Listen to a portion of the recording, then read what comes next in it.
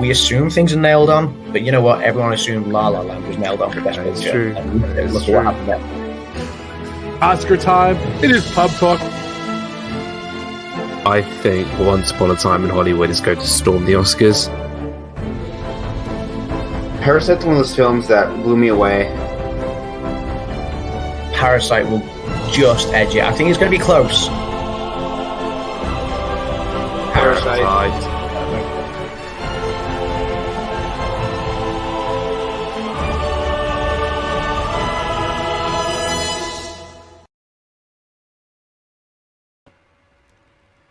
And we are live for the second time today. The second time Pub Talk is live in one day.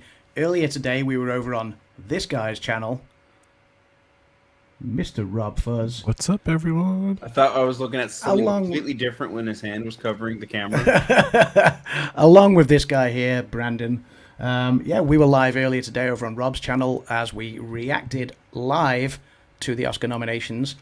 We've had a little bit of time to go away and think about it. Think about some of the nominations, some of the snubs, and yeah, just some of the things that maybe shocked us a little bit, or some of the things that we kind of expected. So we're now live for the second pub talk of the day. I've finally opened a beer, non-alcoholic because I'm still on the weight loss, but it's a non-alcoholic Guinness. Rob, you got the Coors Light. Brandon, what are you drinking today? Coors Lights. Oh yes, yeah. I just finished my water. So. Congratulations to Mike and Jen, who have just relocated as well. Yeah, busy weekend for them. So yeah. Congrats, guys. Yeah. And that's it. Do you know what? It tastes really good for Get out of here. for a non-alcoholic thing. It actually tastes really good. Just not so. buying it. Sorry. So it's all right. It's okay. That's fair. I guess maybe one day if you try it, you'll believe me, or you won't. That's fine. So yeah, here we are. It's Oscars season again. Kimmy is joining me with the non-alcoholic Peroni, which is thank you, Kimmy. It's the moral support there. She's with me there. Stephen says hello, everyone. Stephen was in the other chat before. Grace is here as well. So. And there's a few others as well that are ninja watching, I think, right now. But yes, Oscars season is upon us. We've already watched a couple of the award shows this year. I know we discussed the Golden Globes recently and what was nominated and what won, what took the prizes there. Rob's got the fireworks going on. And we also discussed the Critics' Choice Awards.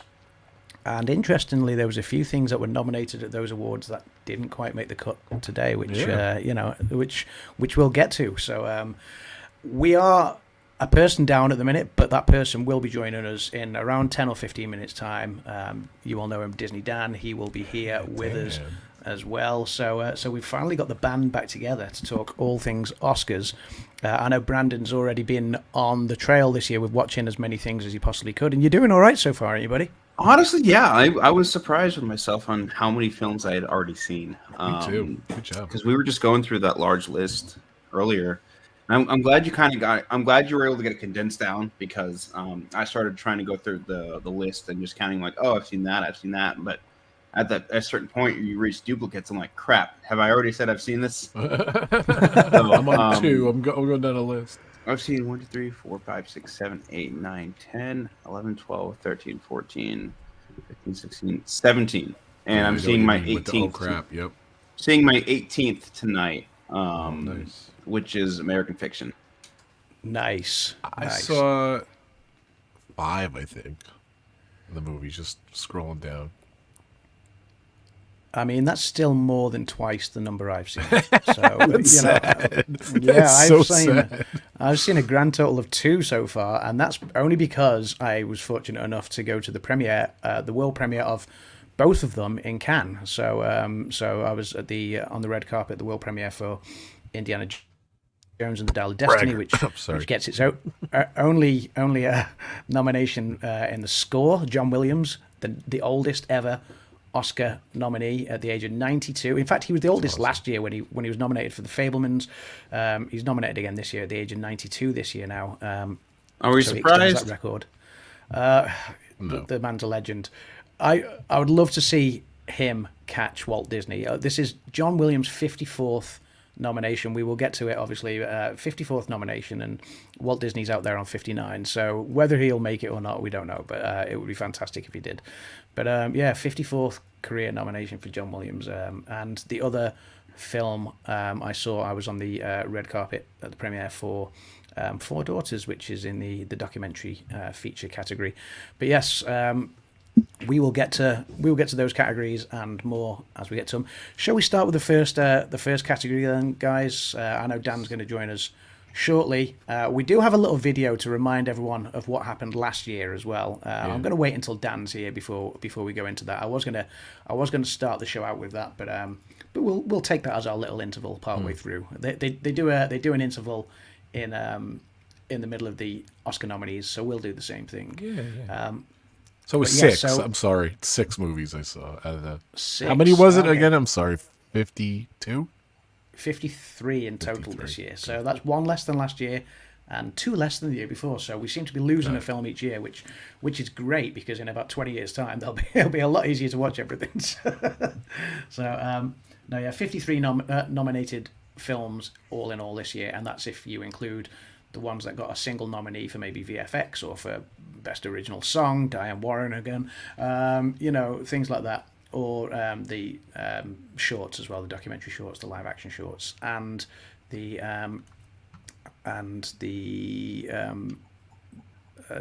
did I say documentary, live action, and the animated shorts? Yeah. So Noah's in as well, saying hey to the 3 of us. So Kimmy has watched 0. She is off to a stellar start, and Grace is here. She's listening while she drives. So it's a bit of a car podcast, which is kind of what we've become as well. We have become a podcast, isn't it, right, Rob? Yeah, this is the first. We did our show earlier this morning, and the podcast is out. It's a first, so same day. So go check us out. You could just search for Pub Talk, 2 words. There are some other Pub Talk shows, but you could definitely find us. So. There you go. So there are some more Pub Talk shows. We have become a pubcast, essentially. Pubcast, yes. Dan has just messaged to say he's on his way, so he's timing this to perfection as we are going to get on with the... they always announce one of the supporting acting categories as the first category that they announce the nominees of. And this year, the first category announced was...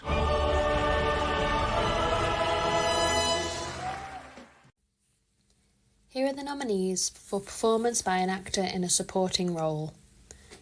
Sterling K. Brown for American Fiction. Robert De Niro for Killers of the Flower Moon. Robert Downey Jr. for Oppenheimer. Ryan Gosling for Barbie.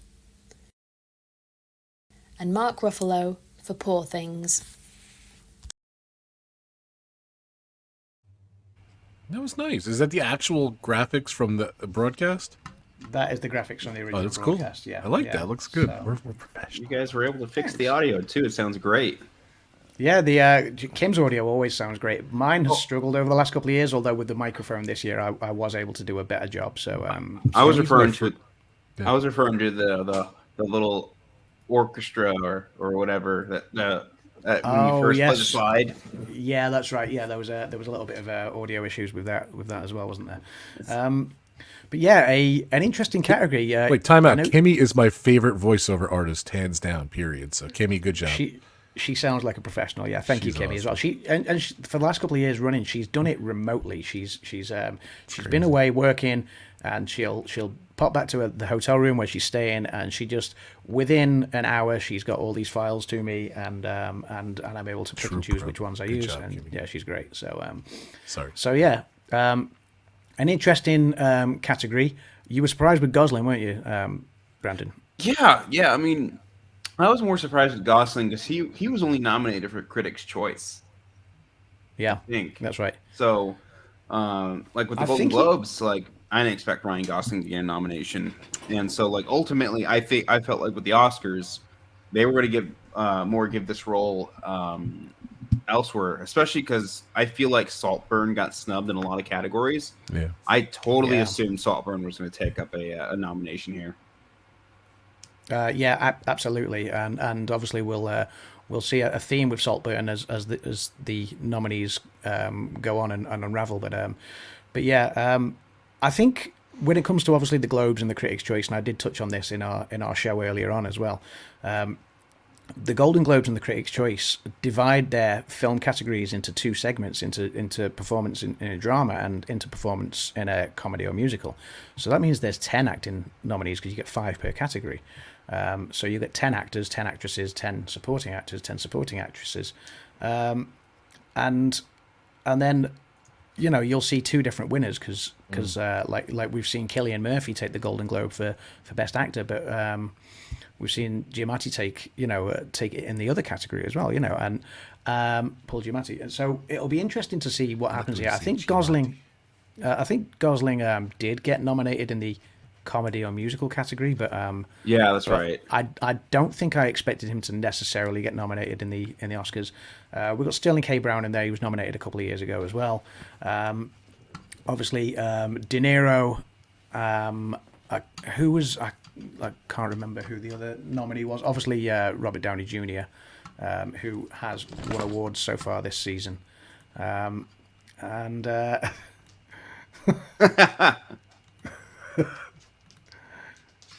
Ladies and gentlemen, when he's finished toothpicking, that's kind of funny. He's back in the pub. What's up, Dan? Hey, Daniel. Hey, brother. Welcome. I just How missed How you doing, buddy? bro? I'm just happy to see. How you doing? What's this show? I still What's this spelled show it wrong. This show is called Talk. DizneyDan picks his Talk in a pub. It's so good to see everybody. Honestly, like The it's Yeah, chat it's room's great to going have you nuts, back, by the way. Dan, I got to see the Go ring. lay down, Gil. Go lay down. it's funny. It's funny. Okay, He has the biggest diamond. He has the biggest diamond. The biggest rock on it is good. I'll show you my ring finger. I'm so glad you brought this. I'll show you my ring finger. Oh no! What happened? I may have broken my fingers. Oh, man. So there's my other ring on my wrong hand. Oh, that's nice. Ski accident or something? I don't know. So I was playing a sport which very, very few people know, which not even like people in England know. It's like a sport that was invented at this like school called Eton College. Tiddlywinks. It's called fives. Oh, croquet. And no, it's like squash, right? Or like handball, but like you just play with your hands. You don't use like a racket or something. And Nice. I was in this big intense tournament, and I was totally out of my depth.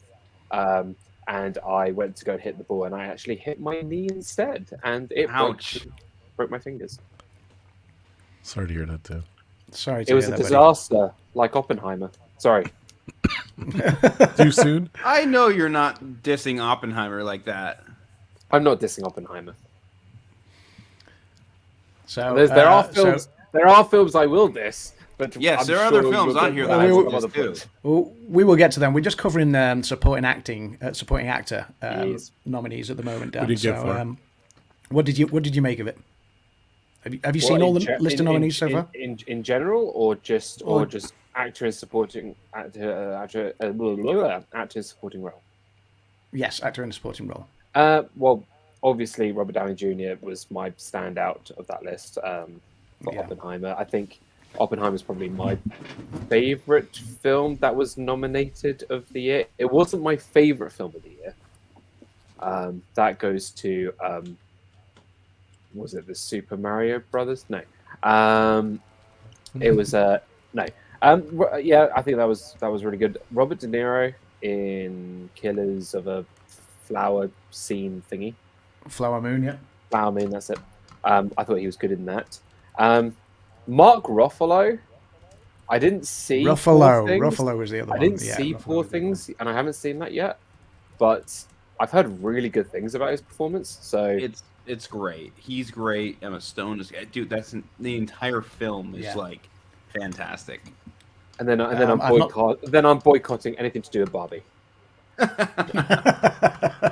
I've not seen Poor Things yet, but I have seen the Actors on Actors segment where Downey and Ruffalo sit down and talk together. Obviously, they've had a long storied history of working together, but they both are so appreciative of watching each other in roles that they just haven't seen, either of them do before, as very, very, very different roles to normal. So yeah. I'm confused. Did Dan just come back from dinner? He's still eating? I'm confused. What's going on? I'm having dessert. I'm having an Aero mint delight pot. It looks blue on here. It's actually green. It's like mint. It's green. It's a mint. It looks every bit mint green. chocolate. Yeah. But yeah. Kim is happy to see Dan. Noah is happy to see Dan. Michelle's even like DizneyDan too. Wow. Yeah. We pull out all the stops on this show. I was bribed. Yeah, so spare no expense. It wouldn't be me if I was. It would be me if I was late or didn't show. Yeah, even Candy Mom says Dan, and Grace as well. Dan, real men wear pink apparently. So I wear pink. Yeah, so that is so cool. That is so cool. So yeah, I thought you were waving a spoon background. Yeah, so I think we all agree that Downey is probably the front runner in this category at the minute. Obviously, it's still early in awards season, but yeah, all the stuff he's done for the last 10 years, he deserves an Oscar. Yeah, I remember walking out of Oppenheimer when I saw it. I was like, okay, yeah, supporting is totally going to Downey. I see. I think I'm going to ride this hill through and through to the Oscars about Downey getting this Oscar. I think Oppenheimer is about to do what Dune did back in 2021. They're just going to sweep it all. You think? I think so. A bit like everything last year as well. Yeah, everything everywhere too. Yeah. So yeah, we'll see how it goes. Though obviously, like we say, there is time for the momentum to shift elsewhere. But yeah, I think we're all in agreement right now that Downey 100% is the front runner. Sorry, Rob. No, just like you guys said, you just think of Robert Downey's career, and he was nominated twice. We're looking, and he's just incredible. He's a great actor. He just deserves an Oscar at this point. So especially someone like that. If you're on the border and it's just supporting, I think people tend to it's just supporting. We'll vote for Robert Downey Jr. So I think it's a lock for him. Yeah, a lot of people, like you just said, a lot of people like to view the whole supporting categories as kind of throwaway categories. But I mean, I majorly disagree here, just solely based on other people other than lead actors give great performances in a movie. So yeah, I agree. So Grace says Downey should have won for Chaplin. 30? Is it really 30 years ago? 30 years. Wow. So anyway, that's older than me. No, it's not. Yeah, it is. He's a baby. You're 30 now, aren't you? No. Oh, is it? Oh, it's the big one this year. Am I right?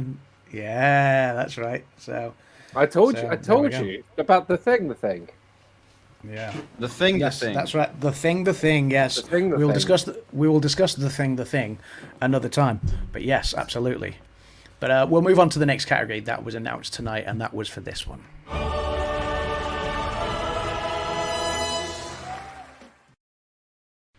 Here are the nominees for achievement in costume design: Barbie, Killers of the Flower Moon, Napoleon,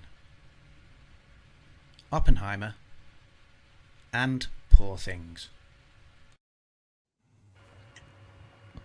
I love that announcer. 3 films I see this going to.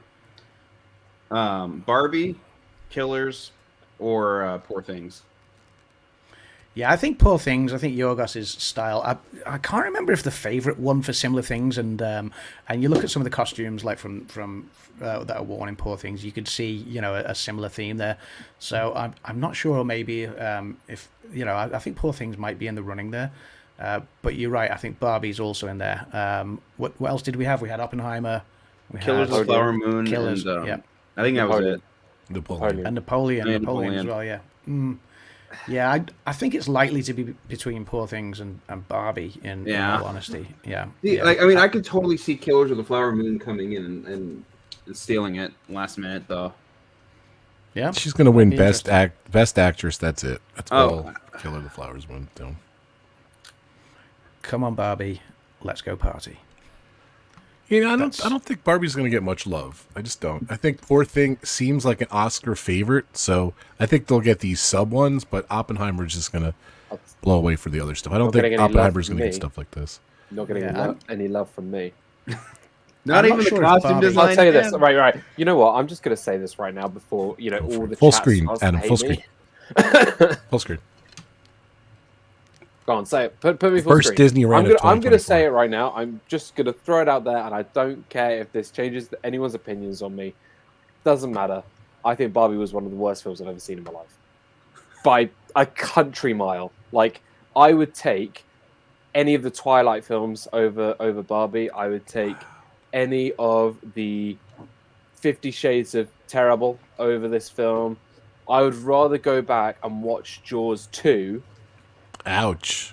than Don't even go- say Jaws 4, Dan. Wow. No, Jaws 4 is top 10 greatest films of all time. I don't know what you're talking about. And I know movie taste, right? Okay. Thing is, like, I sat there in the theater and I was just like, this is okay. The sets, I can say that the sets were very, very good. Like how they made the film. I'm sure we'll talk about sets and whatever. But I just can't. I don't know. There was something about it. I just hated. I really hated it. That's me with Beau is Afraid this past year. I don't know if I've obviously Adam and Rob have not seen it because I was chatting with them earlier. But Beau is Afraid is one of those Joaquin Phoenix movies, and I'm fine with Joaquin Phoenix as an actor. And who knows if he knew what he was signing on for with this movie? But Beau is Afraid is a 3-hour-long movie where the first hour and 20 minutes of the movie is completely fine, and then it takes an immediate nosedive and never recovers.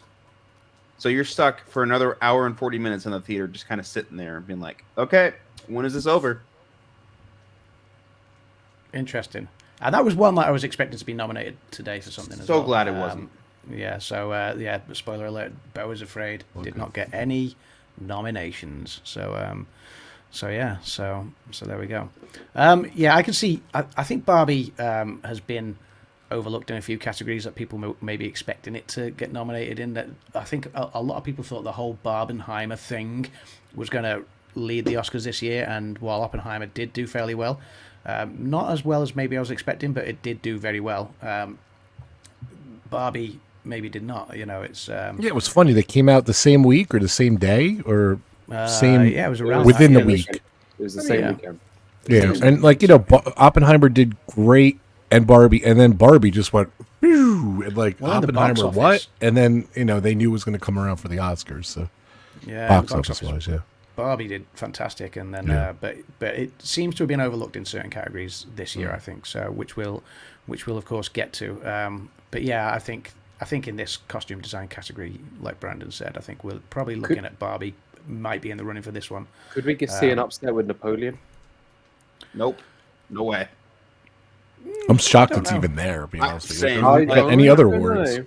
I Have you don't seen know. Rob? I don't know. Yeah, interesting. Yeah, Did any of you guys see Napoleon? I saw it. not yet. Not yet. No. So Gotcha. Which, by the way, I think that's one of the films. Okay, never mind. I marked as watched. But yeah, no. Napoleon is. I hate to listen. I guess maybe this just wasn't Joaquin Phoenix's year. He was not good in Napoleon. No, he wasn't. But I felt that the costuming was quite good for what it was. I'm not saying this it is was a the costume best film, design but- thing. Yeah, exactly. Yeah, I'm some not saying films. that it was. You compare his role as, the Joker. Like that was leaps and bounds way better than how he portrayed Napoleon. But like just purely on costume design alone, I thought Napoleon's was, as someone who's seen a lot of that in history, and I just felt like it was quite accurate. But I guess Yeah, some films- accuracy is not always the best thing. It's more of how it's presented on film as well. So Yeah, some films don't always necessarily hit as a spectacle, but like it might in a certain category, i.e., costume, it might still strike a chord. So, so we have seen that in Oscars in years gone by, where films that have been nominated for literally one thing, but have gone on to take that prize. I think Cruella took it, didn't it? Cruella took it. Yeah. And that was the only thing it was nominated for, but it took it. So So didn't we all predict Cruella that one year? That was. I think we did. Yeah, I think we did. I think most of us did.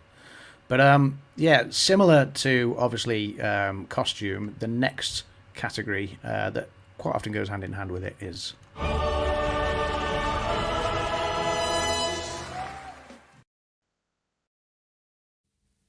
Here are the nominees for achievement in makeup and hairstyling. Golda, Maestro, Oppenheimer, Poor Things, and Society of the Snow. If this doesn't go to Poor Things, there's something wrong. I think this one kind of was a possible sort of surprise one, because obviously, like I say, usually you tend to see films nominated for costume and very, very, very similar films nominated for makeup and hairstyling, and yet this one had Golda, which I can't say I'd heard of prior to today, and Society of the Snow, which is Spain's entry for international feature. So so there was a bit of a difference there.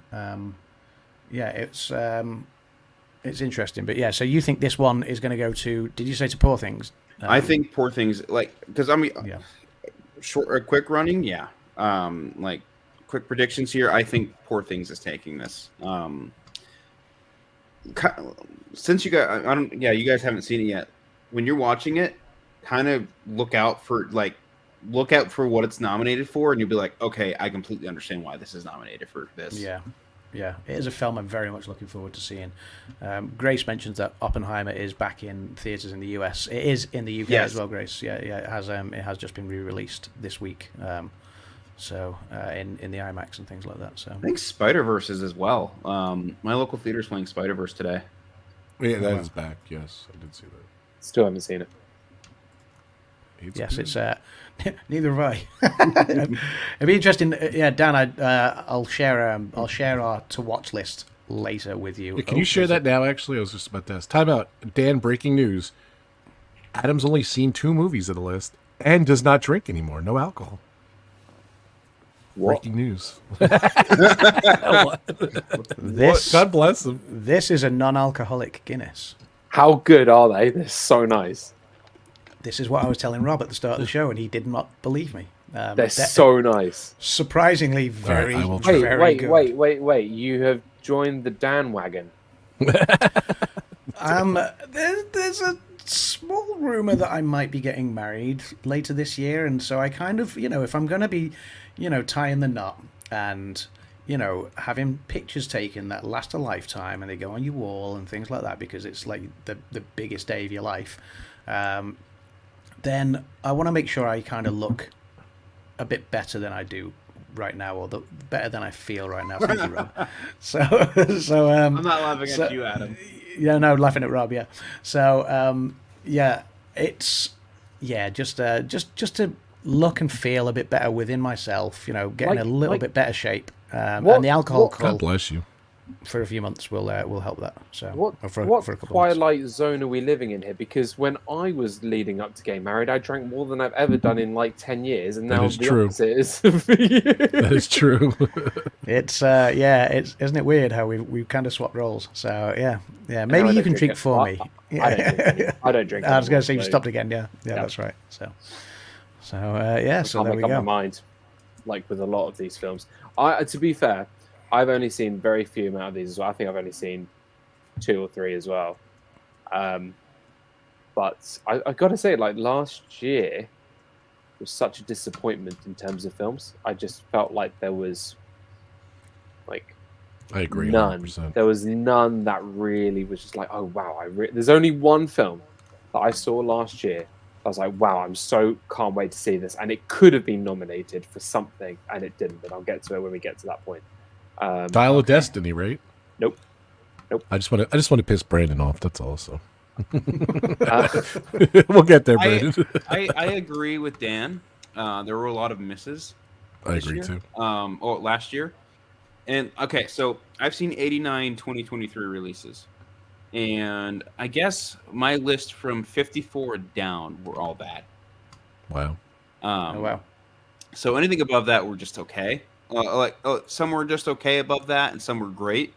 I think up until my top maybe 30 is maybe top 32 are things that are good, and then anything after that is just okay, and then after 53 is the rest is just all meh. I only saw one film last year that I actually enjoyed. That was it. Which was? Well, actually, no, there's two. One, Guardians of the Galaxy, Volume 3. And the one that I was going to say that should have been nominated for a few more awards, which was Ferrari with Adam Driver. I enjoyed Ferrari. Okay. But we can talk about that a bit later. Very good. Yeah. Yeah.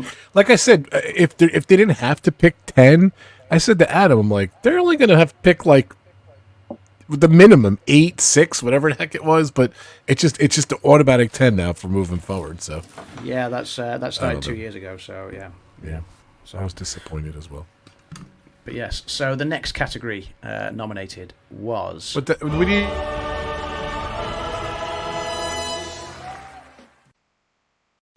Here are the nominees for Best Live Action Short Film: The After, Invincible, Knights of Fortune, Red, White and Blue, and The Wonderful Story of Henry Sugar. Sorry, Rob. What were you saying? That's okay. Did we even say who we were going to vote for the other one? I don't think I did. So. I haven't picked mine yet. Obviously, this isn't our actual predictions yet. So. Okay. So okay. yeah, but we move just on. I'm sorry. Yeah. Well, if So Rob we think- tells us yeah. his, then we can sort of not pick his options. Yeah, that's right. Yeah. So, but Brandon did say he thinks it's going to go to Poor Things, or he said it would be a travesty if it doesn't go to Poor Things. Which, yeah, I can agree with that. So yeah, the short films category. I can't say I know any of these films this year. So, so have you guys heard of or seen any of the shorts yet? Yes. No. Yes. Nope. I haven't seen, but I have heard of. I'm trying to find the category. Live action short film. The Wonderful Story of Henry Sugar. That's on Netflix. Okay. I only know it because it's directed by Wes Anderson. Oh wow. Interesting. Okay. So yeah, that'll be I an think interesting that'll one. win. Honestly, just because Wes Anderson's behind it. So. Asteroid City may have been snubbed because that's Wes Anderson's film. That may have been snubbed this year, but I'm not mad. I'm not overly mad about it because Wes Anderson at least got a nomination out of this. Did Wes Anderson? Wes Anderson didn't do Licorice Pizza as well, did he? Huh? Or was that? That was I'm just trying to Paul think. something. What's it? Paul Thomas Anderson. Yeah. Paul Thomas Anderson. Okay, yeah. Oh no, yeah. Wes Anderson did Grand Budapest and things as well. Yeah. Didn't he? Fantastic Mr. Fox. That's right. Yes. So and Isle of Dogs as well. Yes. Yes.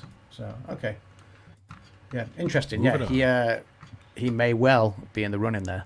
So okay. So I think sticking with the shorts.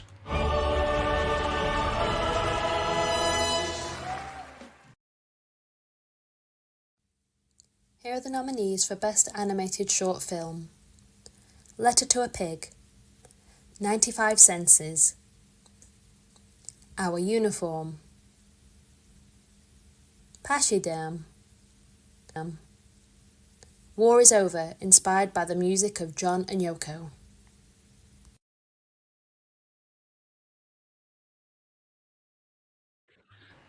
There's not any funny names like there usually is. There's no Yeah, My Year of Dicks. I did like her saying pachyderm. That was nice. Pachyderm. Yes. And yeah. letter to a pig. Thanks. And Letter to a Pig. That's I thought I could imagine Kim getting behind that one because she'd probably just want to speak to like a pig because she loves animals. She does she likes talking to dogs. She likes talking to any animal that's out there, and she'd probably quite happily write a letter to a pig and expect the pig to understand every word of it. So That's awesome. that's that's our Kimmy. So No, So, yeah, that again- would have been nominated. again, I can't. What's that? Sorry. No, Once Upon a Time. Yeah, I That was saying wasn't the really a same thing, no. movie, though. It wasn't a movie. Yeah. Like, it wasn't a short film. Like, it was a compilation of celebrating Disney characters. I don't feel like there was no sort of storyline, if that made sense. Like, Yeah, it was more of just a hey. it was a celebrate. celebration of how many. Like, don't get me wrong, it was great. I think they did it so well, but it wasn't a short film. A short Okay. film is like 30 minutes, in my opinion. Mm-hmm. Yeah. That makes Yeah. sense. That makes sense. Also, Candy Mom said Guardians Volume 3 did not need to be made. I wholeheartedly disagree there. I disagree. I think it's better than the first one. But Oh wow. yeah, I thought it was great. I liked it. I liked the backstory kind of Rocket. That was great. I haven't seen it enjoyed yet, it. but I look forward to seeing it. I enjoyed So, it. So. but yeah. So the next. Adam, you have a long road ahead of you, but I'm kind of jealous. I have a- Like, I I'm have a kind long of road jealous. I didn't even see Guardians 3 yet. Or like, come on, it's awesome. There's a lot to look forward to, like, you know. So there's some things that I was obviously kind of expecting and predicting to be nominated. Yeah, Kim can either hear or see the dogs in the background. So yeah, there's I can't believe Groot got turned into a campfire. but yeah, there's a lot that I am very much looking forward to seeing. this is why Adam needs Letterboxd so he can start logging all the films he sees. Logging. Right. I thought you meant because trees. Sorry, I was on the Yes, yeah. Mate, thing, campfire. sorry. I love I was on the Kimmy's. campfire kick. Yeah, I got it. I love Kimmy's profile shot. Like when I first met her, I didn't really know much about her. I thought that tattoo was real. I thought she was like Mike Tyson with like a tattoo on her face. So she bring it up. She is. I swear, I No, thought that was real. She Thank punches God like it's Mike not Tyson. If I don't behave myself, she punches like Mike Tyson. It's terrifying. Is that what happened at the wedding? At my wedding? Yeah, that's right. Yeah, you remember. Yeah, so. Nice. So One Anyway. sec, I got to interject. I might not talk to Dan for another year here. So, Dan, at Adam's wedding, you need to cover Adam's wedding like he covered your wedding for us. So just put it out there. He was absolutely knackered. Even I'll take maybe like 1/5 of what he did or 1/2 or whatever. But I'm sorry, he was knackered. You got to think about me. See, but we hardly saw you on the video. yeah, we didn't see. Oh, sorry. I mean, don't worry. There's only 200 other people that Yeah, you were busy. You were that's busy. why we couldn't see you, because there was 200 other people in the way. So Thank you, Adam. It was I felt like I was there, Adam. So thank you. I no, appreciate yeah, it. yeah, So it was. I'm I'm just it was praying great Dan fun gets a little capturing bit it. covered. It was the liveliest, most fun wedding I've ever been to in my life. I can safely say that. Yeah, it was awesome. Me and Kim had an amazing time, and we miss were you, so bro. honoured that you invited us. I apologise that ours probably won't be quite as lively, but it will be fun. I'm we so will looking make it forward fun. to So Are you yeah, kidding me? It's Yeah, gonna be we're- awesome. we're Dan's gonna be was a getting great you- wedding. It's gonna be hard to top, but Yeah, we're going to be getting gonna you be and Hannah to get everyone else going. So Yes. basically, yeah. So You so seen and, my dancing? Well, you did see my and- dancing. and Kimmy agrees as well. Kimmy agrees. I'm so getting you off So- my chair. Mike Tyson, I'm so getting you Kimmy off your chair. Tyson. So anyway, before we write my wedding, there are some writing nominees to be announced.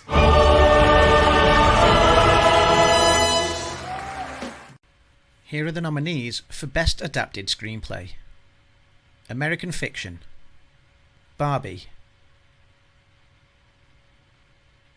Oppenheimer, Poor Things, and The Zone of Interest. This one I think will be an interesting one. I'm not sure which way this is likely to go. I think the It's a writing tough one. You're categories- right. This is a Yeah, very tough one. I'm trying to think of what has gone to the writing categories in the Globes and the Critics' Choice so far. I think because it's adapted from something of history, I think Oppenheimer might have the edge here. Yeah, I agree. I think so. Let's have a look. So I'm looking Just, up Golden just Globes. because, like, it's being it as it's an adaptation of this historic event. I mean, there's no historic event of Barbie jumping into different realms of life of being a doll. I mean, that's Yeah. not really an adaptation. Yeah. How they do it, I don't understand why they. Obviously, it's adapted from like Mattel's Barbie, but as far as story goes, I feel like it was more of an original story. It should have gone to original screenplay. Best original screenplay, garbage Anatomy of a in the box it Fall. came in. Sorry, I'm very outspoken It's okay. on that film. Yeah, best screenplay from the Golden Globes was Anatomy of a Fall. So. Yes, that's original. So, but for adapted, Yeah, but can't I'm remember. saying Barbie's in that category. Oppenheimer's in the same category, so there's not really. For original? I'm looking at Golden Globes best screenplay motion picture. Oh, they just said screen. Yeah, they don't. Yeah, but what do they know? Go ahead, Adam. Yeah, so I think this one. Hey, Richard, welcome into the chat, Arjons. John's the legend. Yeah, so I'm not sure where this one's going to go yet. I think like you're right, Rob, in that when it comes to the original, which we'll cover in a moment, you've Anatomy of a Fall took the Globe and the Critics' Choice, so that stands itself in good stead right now. I think this one for adapted screenplay is a much wider open race. I think you're probably looking at Oppenheimer and maybe Poor Things out there, both in the front running. I'm not sure. I don't understand why Barbie is an adapted screenplay. I was saying this in the show earlier as well. What is it adapted from? It's not a sequel. It's not taken from an original source material such as a book or a comic or anything like that I'm aware of. You know what they've done? The Academy have looked at the doll. They put the doll in their office, and they've been like, "Yeah, someone's adapted a film from this doll," and that's what they've done. Like they've literally put the doll on the desk and be like, "Yeah, they've adapted a doll." Like, no, it's not. Entertainment Weekly says, but although the film follows a story wholly original to Gerwig and Buckman, whatever, the Academy decision is likely due to the simple fact that Barbie features the pre-existing characters from the Mattel doll line. Yeah, that, and then they also do have a lot of older Barbie animated movies, which if you go buy one of those at the grocery store, at like Walmart, you will be ID'd. Because I was doing some early Valentine's Day shopping for Tiffany, and I tried buying a Barbie DVD for her, one of the animated ones, and I got ID'd for it. So stupid. Wow. But back on track. There are some characters from those films, like John Cena's Merkin. Okay. Sorry. Like I maybe that could be it, but I mean ultimately and wholeheartedly, like I think they put that in where they did because it's solely based off Mattel's line of Barbie dolls. You could say that, but then why? So did they put Oppenheimer in because they looked at the bomb in Oppenheimer, be like, "Oh yeah, there's a bomb. Oh yeah." See, but I mean, Oppenheimer's based off of a book, though. Yes. Of Yeah, course. exactly. So, which is why why- it deserves to be an adapted screenplay. But I So don't why not think a film Barbie deserves. So why not a film like Ferrari, where they've documented the history of Enzo Ferrari, and how his trauma, his deceit of his family and his wife, and to become this greatest entrepreneur. I agree. They completely one of the greatest car companies ever made. And the film was great. Like it was a really good film. I mean, that's more of an adaptation than Barbie. They really snubbed Ferrari in this category. It's not nominated for anything, is it? not They nominated for anything. got Jack. They got nothing, and they did not deserve at all. I was excited to see it too. I know Dan loves car stuff, so especially. But it car wasn't even movies, just so. the car stuff. It was more of like telling a good story, and taking the history of this man who is so strict, that Italian fiery, feisty kind of person to make the greatest supercar company ever made. Mm-hmm. And instead they put a doll of an adapted screenplay. That's It's just it's the only category that just doesn't make sense for me that it's in. Like if you put this in original screenplay, sure. fine. I For me, agree. just I agree. like like everything else is adapted. American Fiction is adapted. Oppenheimer's off a book. Poor Things is off a book, and I think Zone of Interest, I think, is also off of a book. Well, Yeah. American Fiction is written for the screen by Corey Jefferson, so yes, it's adapted from a book or a There we play. go. So this is the only film that should have gone to like out of this list that should be an original. Speaking of original, let's see what the nominees were for original screenplay.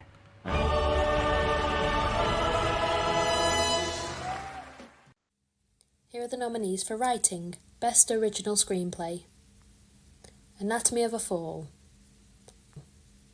The Holdovers, Maestro, May December, and Past Lives. I really, really, really hope Holdovers takes this, but I am so angry that Saltburn didn't take a nomination here. Saltburn didn't, and it's also now we can point out that Killers of the Flower Moon did not take Yes. a screenplay nod in either. Yeah, I can't remember whether Killers was adapted or whether it was Killers original, Killers would be adapted. It's completely based off the book. but yes, so it would have been adapted. Yeah, so so the fact that Killers of the Flower Moon is completely overlooked is a huge shock, I think. And so, yeah, Anatomy of a Fall has done well so far, again at the Critics' Choice and at the Golden Globes, in that category. But you know, it could well go to any of the others as well. Like you say, Past Lives. I know you're a big fan of that, Brandon, and it didn't maybe get as many nominations as you were expecting. But the Holdovers as well is very highly thought of. I'm really disheartened that Killers didn't get an adapted screen. I know we're on the original now, but I'm sad that there are a few that should have been nominated but did not get nominations. Yeah. Let me pull up my list real quick because I had a couple. Godzilla -1. That the writing in that was fantastic. That should have gotten adapted for sure. Iron Claw should have been adapted. Didn't get it. There's so many films that were completely glossed over. Yeah, I think if you're looking at Godzilla -1 or Iron Claw and you're talking about them getting nods for adapted screenplay, but we just mentioned Killers, which has got a lot more nominations and obviously garnered much more critical acclaim over the last year. Then maybe Killers is the one that, because you can only have so many films in this category. Killers is probably the one to maybe take the place of Barbie in the adapted screenplay. It totally should have swapped with Barbie. Barbie should have gone to original. Killers of the Flower Moon should have made it on adapted. But they were just, as far as ending up on a list, it should have been Killers for adapted. Yeah, I keep saying that, but and then you look at some of these other films, you're like, okay, why did this not even get a look at? Like the Iron Claw. I don't know if any of you guys have seen Iron Claw yet. Not yet. But it is literally one of the most depressing movies I've ever seen, and it's based off a true story. I've not seen it yet. No But acting, no writing, no. They need a stunt category because that would have ended up in here.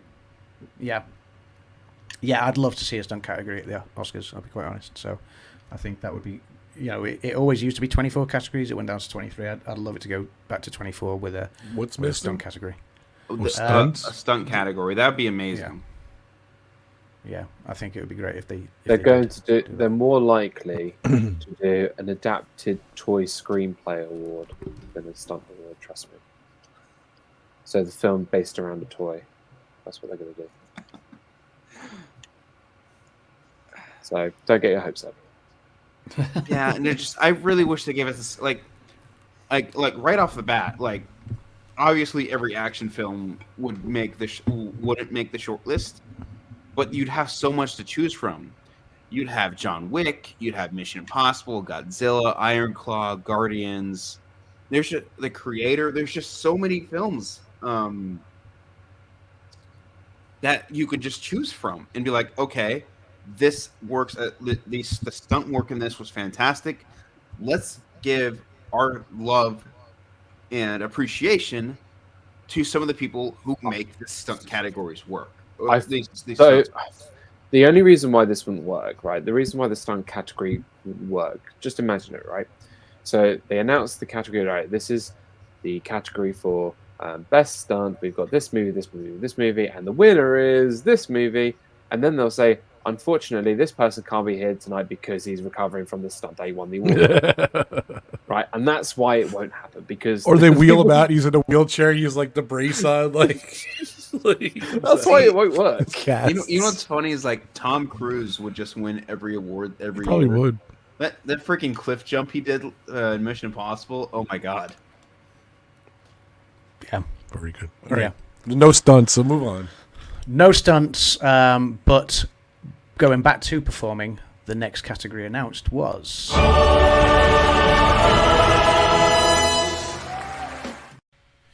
Here are the nominees for performance by an actress in a supporting role. Emily Blunt for Oppenheimer. Danielle Brooks for The Colour Purple. America Ferrera for Barbie. Jodie Foster for Naiad. And Divine Joy Randolph for The Holdovers. So this one makes me angry. This one makes me angry. Okay. Because Penelope Cruz should 100% have been nominated for Ferrari. It was the best movie best performance she's ever done. Penelope Cruz is not the great. Look, Penelope Cruz is not the greatest actress of all time, but this was by far her greatest performance and the best performance I've seen all year, and that's including every other category, by far. I'm sorry, I might be completely wrong, but her performance in that film, unbelievable. I see this totally going to Divine.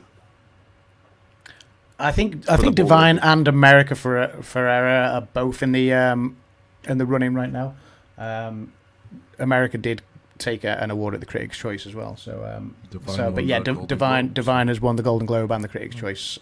So it's very interesting. Divine's probably the one that's out in front, but this is one category that I think the momentum could shift. I don't think anybody saw Jodie Foster getting a nomination there, and there were a couple of actress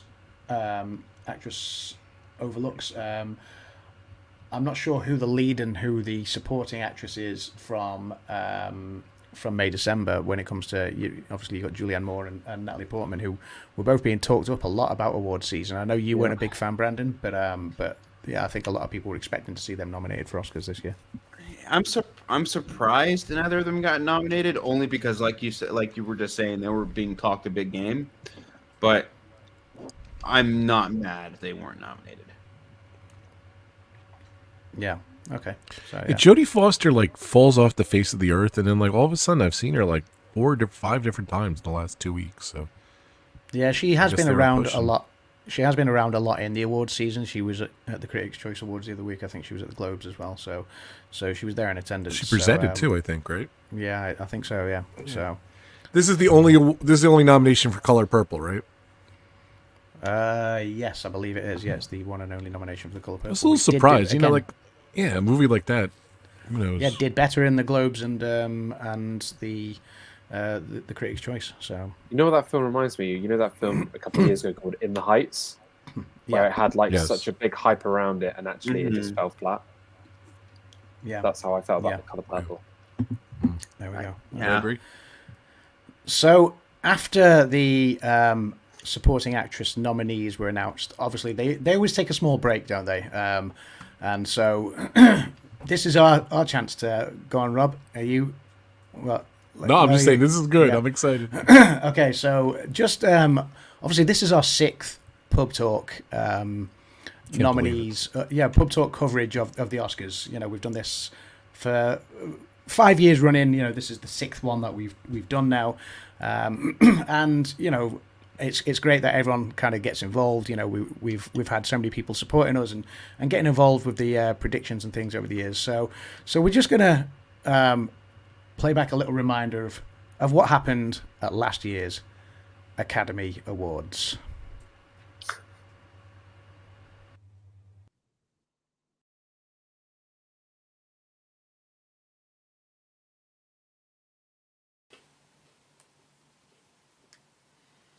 good. Welcome and congratulations. Welcome to the 95th Oscars. You made it. You made it.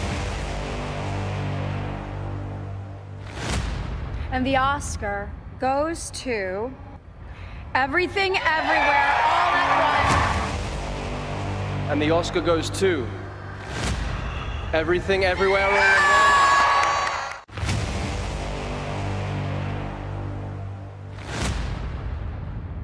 And the Oscar goes to... And the Oscar goes to... The Oscar goes to... Everything Everywhere All at Once. Everything Everywhere All at Once.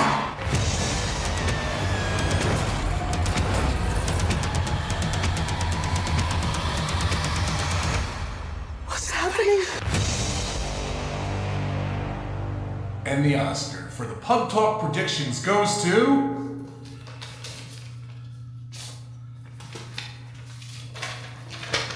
Adam's Land!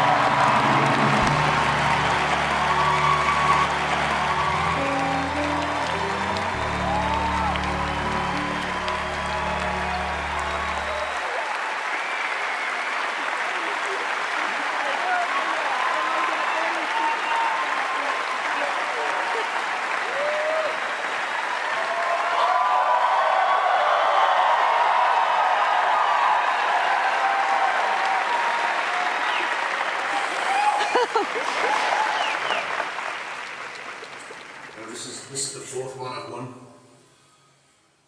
and I've got to be honest, it never gets old.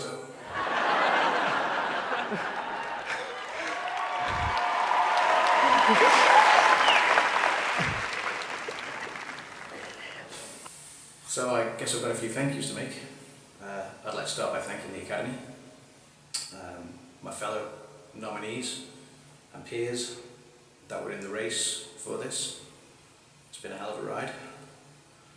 A special big thanks should go out to my Pub Talk family, RobFuz, DizneyDan, Brandon. I guess for consistently getting the answers wrong. It's possible.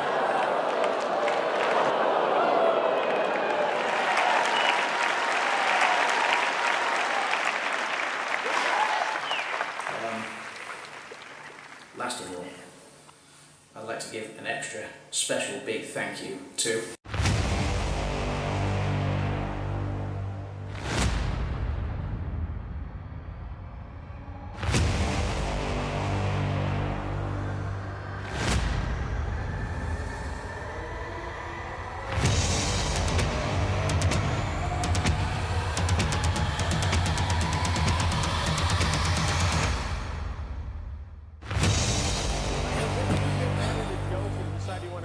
get jiggy with it.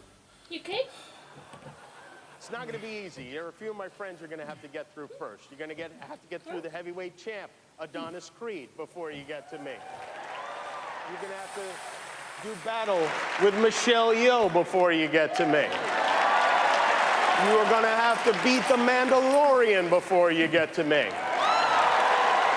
You are going to have to tangle with Spider-Man. You are going to have to... You are going to have to tangle with Fableman. And then you're going to have to go through my right-hand man, Guillermo, if you want to get up.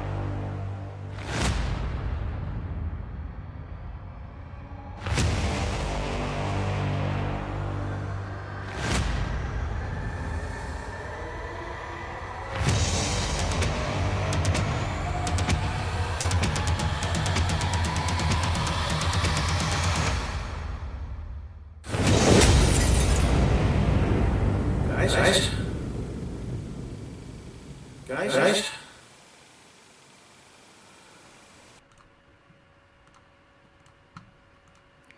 Oh, there we go. I love how Stephanie Hsu was like sobbing for you. Sorry? When your award, Stephanie Hsu was like sobbing for you. Well, I was talking after the. We've showed this for the morning show too, this is awesome, Adam. It came out awesome. I kicked and Thank screamed. you. I have to do my part, but watching Brandon's reaction was the best during that video because I could see him in the backstage area. He was like, it was so funny. I was just completely surprised at how That much was so funny. editing and acting went into that. I'm like, oh my god.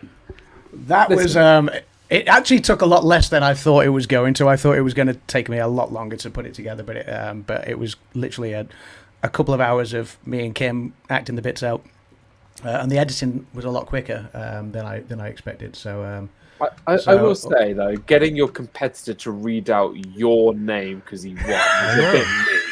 But you got to remember though, he didn't even like tell me Rob was what a it's good for. sport. So I'm like, hey, if I win, are you gonna film one for me? I'm like, he's like, yeah. But I didn't know what it was. So. It was thank awesome. you, Kimmy, as well. So yeah, so It was great, Kimmy. You gotta when Oppenheimer wins Best Picture, you gotta film one in the style of Oppenheimer. The chances of Roberto winning are near zero. I think What do you? this should be a expect? recurring thing. I think this should be a Yeah, recurring thing that if you win, you have to do an even more ridiculous accepting video for the following year. I will. Maybe we'll try and do a recap of last year going forward.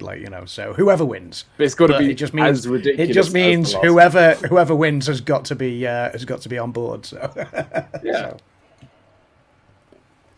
there we go. Right. Anyway, moving on. That was the short break. The next nominees announced today for this year's 96th Academy Awards was for this category.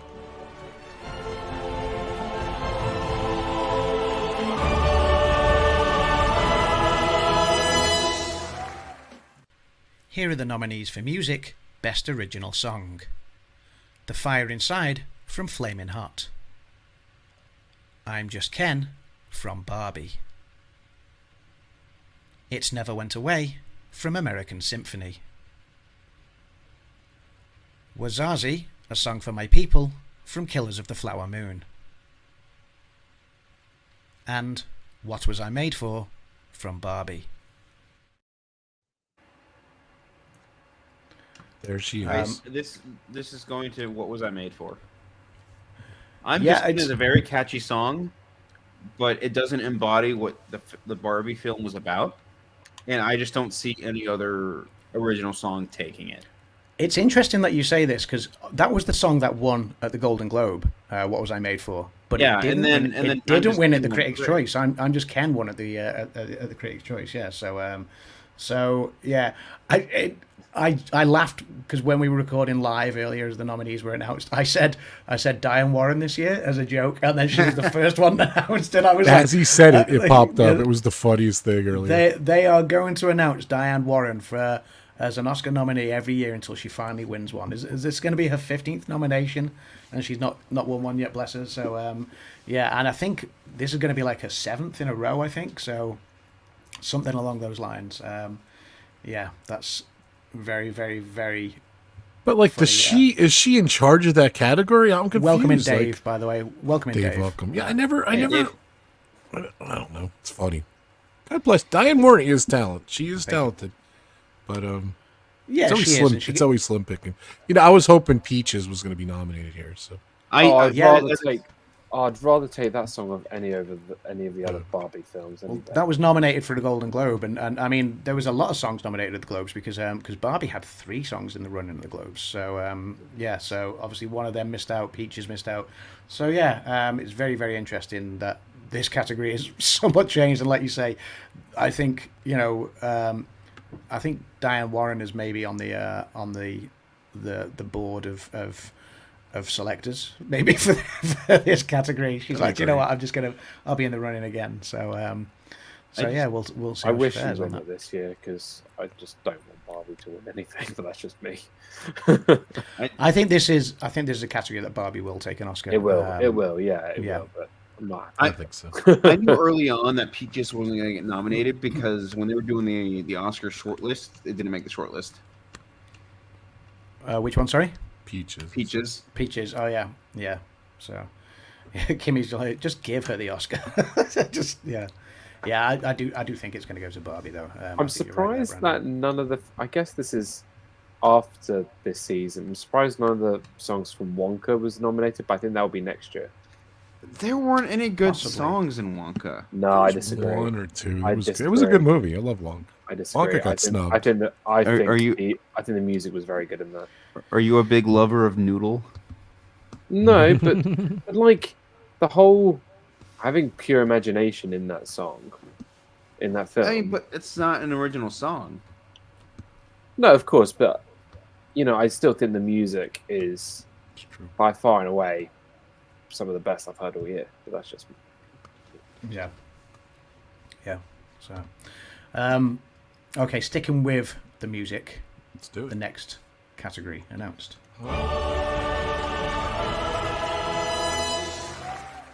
Here are the nominees for music. Best Original Score. American Fiction. Indiana Jones and the Dial of Destiny. Killers of the Flower Moon. Oppenheimer. And Poor Things. Indy. I would love Indy to win it. John Indy. Williams, as I touched on at the top of the show and earlier, John Williams' 54th career Oscar nomination, making him he became the oldest Oscar nominee in history last year at the age of 91 for scoring The Fabelmans. So obviously he's extended that this year, the age of 92 now for Indiana Jones. I would love. He's only won 5 out of the 53 previous. He hasn't won that much. Nominations. I was going to say. Yeah. So his 54th. It puts him 5 nominations behind Walt Disney, who was the most nominated person ever. So yeah, I would love to see John Williams take this, but I don't think he will. Unfortunately, No. I think it's going to be Oppenheimer. Yeah. I think Oppenheimer the score for too. Poor Things is great too, but I mean, Oppenheimer is a very complex score. Like this from the piece called "Can You Hear the Music?" There were 21 tempo changes, and it's like a 2-minute song. 21 tempo changes. In what, Brandon? Sorry. In Oppenheimer, there's a track called "Can You Hear the Music?" It's crazy. Nice. By the way, Robbie Robertson passed away since he did this, so he got the sympathy vote. So yeah. I don't know. That's sad. That is sad. I didn't know he'd passed away since this. A couple months ago.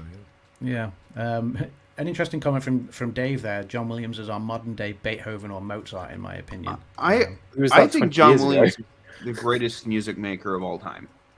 He is fantastic. I do love his music. The greatest of all time, maybe. I mean, obviously you can't overlook people like Hans Zimmer as well, but Hans Zimmer's amazing. Yeah. Michael Giacchino, I would say, is a more modern day than John Williams. John Williams was unbelievable 10, 20 years ago. If you look at Michael Giacchino or, even ones like Alan Menken, who was, about 10 years ago, there's so many. Yeah. There's so many amazing musicians now. Yeah. James Horner as well, who was taken from us too soon. So, Think about all. I'm looking into it like this. Think about all the films that have come out that have been inspired by Star Wars, Indiana Jones, Harry Potter, E.T., Jurassic Park. The list goes on. Who was at the center of every piece of score in that? George Lucas. No. John Williams' music. John Williams, yeah. Made those movies. If those movies weren't as popular as they are, we wouldn't have most of the movies we have now. I totally agree. Like, I think Back to the Future is one of the only original films that I can say that I love 100% all the way through that isn't composed by John Williams. Lord of the Rings. What'd you say, Dan? Lord of the Rings. Possibly some of the best symphonic orchestra music of all time. Debatable. No, yeah, I agree with Debatable, my friend. Yeah. What? Yeah. When the riders of Rohan are charging into the orcs in Return of the King, and you don't feel goosebumps. Oh man! This is the first category of all of them where I've actually seen one of the nominated films this year. And that's finally. Indiana Jones. Indiana Jones. Yeah, I was fortunate enough to walk the red carpet and watch it in Cannes when it had its premiere, and So cool. Yeah, That is cool. So I've finally seen one. I would love for John Williams to win it. Like I say, I think Oppenheimer is going to. Unfortunately, Was John Williams was there, wasn't he? Oh, he was at the premiere here. He was at not that one. Yeah, no, not Cannes. He was the one in Hollywood, so which is cool. Yeah, imagine going to see Indiana Jones, like the premiere, as cool as it is. They're like, all right, here's and the screen opens up. And there's the orchestra, and John Williams is playing. It's just incredible. So amazing. Cool. Seeing John Williams in person was like one of the highlights of my life. Oh, I didn't know that. That's cool. I went and saw him in concert in 2022. That's awesome. Nice. That's very, very. I'm so glad. Yeah, like I mentioned earlier in the live stream, like this morning, he's not retired. He wants to do more stuff. He's looking for work. Yeah. I joked. I said on LinkedIn, his profile says "open for work." So I'm just joked. I got to laugh that time. Thank you. Open to work. I find it hilarious though. He was like after Star Wars and Indiana Jones, I'm officially retiring. He's like, LOL, never mind. I like working. Good. Man is gonna work. This man's gonna work. And long may he continue. There's clearly a lot of love for him in this chat. With comments that Dave and Donna have said. So and sure. Kimmy backed it up as well. So yeah, I think there's a lot of love for him. At a push, beat Walt Disney's record with most nominated Oscars of all time. He would need to get, I think, obviously he'd need to get nominations every year now for, he would. And but he's in for a shout for the next few years. Yeah, but and there's no other person I feel who deserves to beat that record. 59 nominations by Walt Disney, 54 for John Williams. So yeah, maybe he could score a couple of films in the same year, and they could both get nominated. And Indiana Jones 12 cheat the will be out system by up a then. bit. So yes, so yeah. This is solely going to Oppenheimer. I think it will. Yeah, I'd love to see John Williams take it, but I think it will go to Oppenheimer. Disney as a company, like he's an individual though, kind of. No, Walt Disney got 50. No. Walt Disney himself got 59 nominations. So speaking of films that I have seen, the other film that I have seen is in the next category.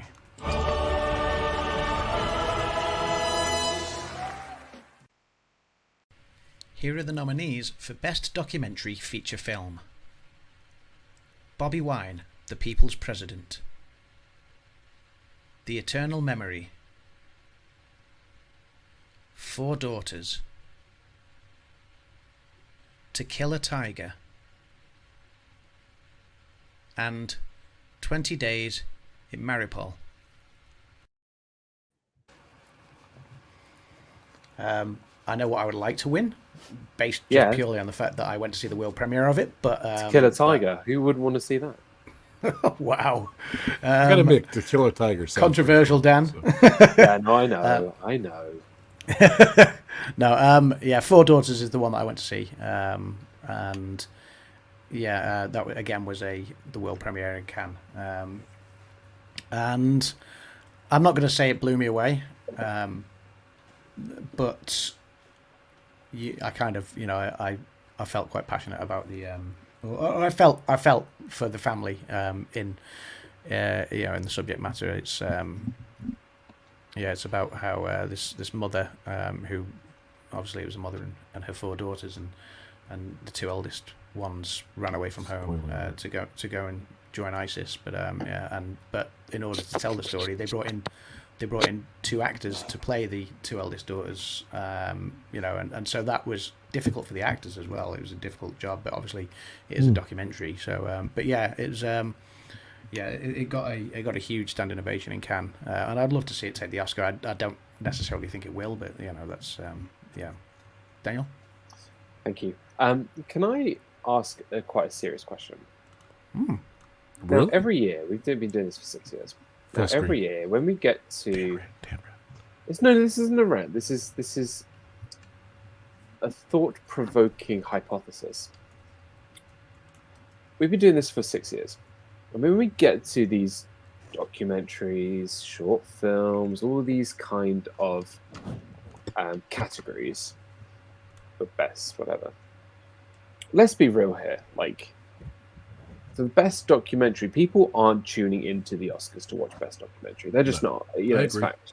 I agree with you 100%. Do you think that they won't do this, but do you think that they should have their own separate award show for things like best documentary and best short film, and then have things like,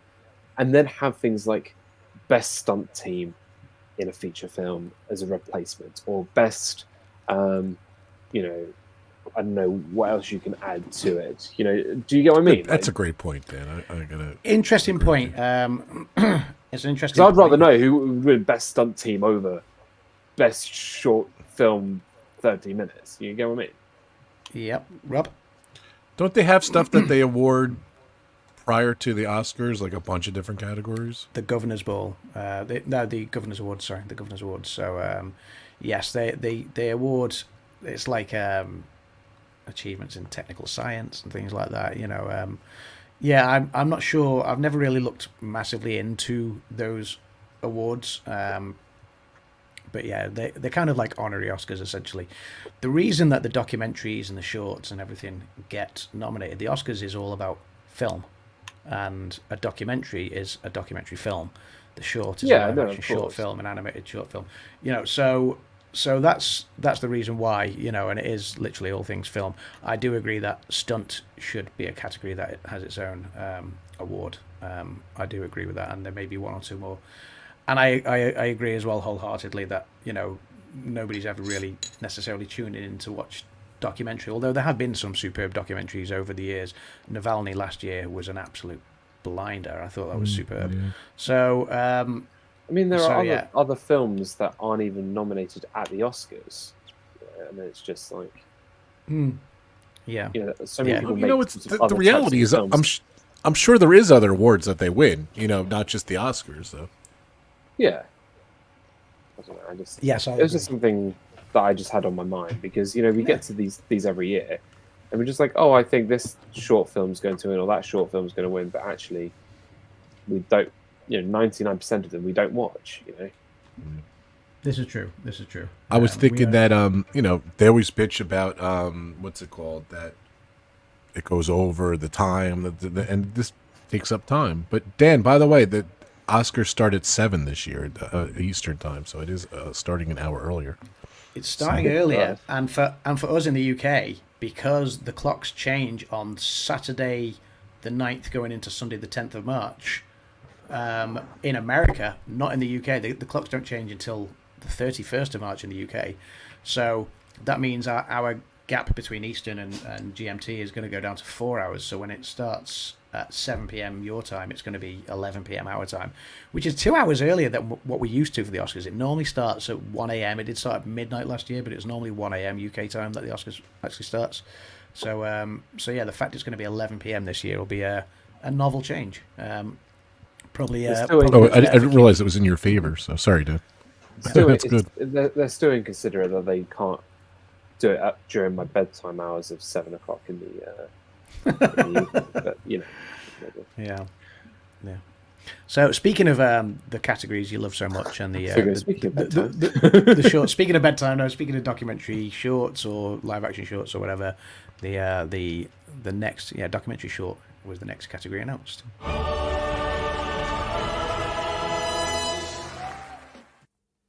Here are the nominees for Best Documentary Short Film.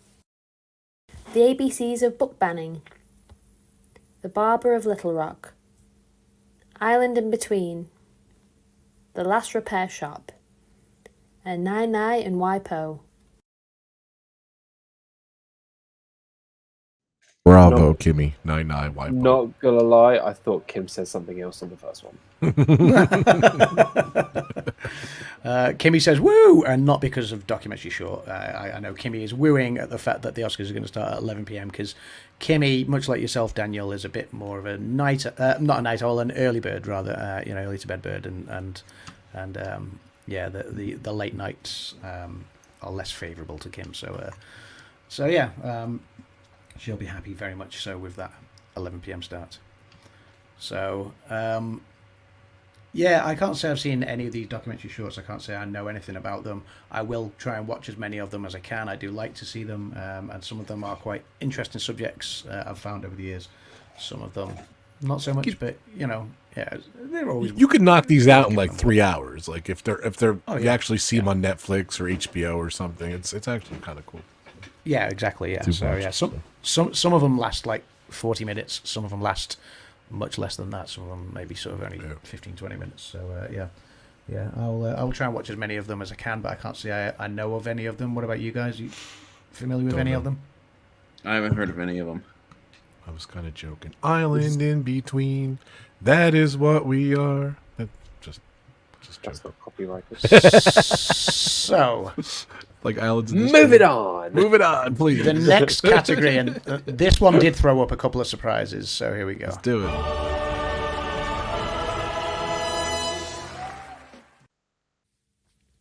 Here are the nominees for Best International Feature Film. Io Capitano, Italy. Perfect Days, Japan. Society of the Snow, Spain. The Teacher's Lounge, Germany. And The Zone of Interest, United Kingdom.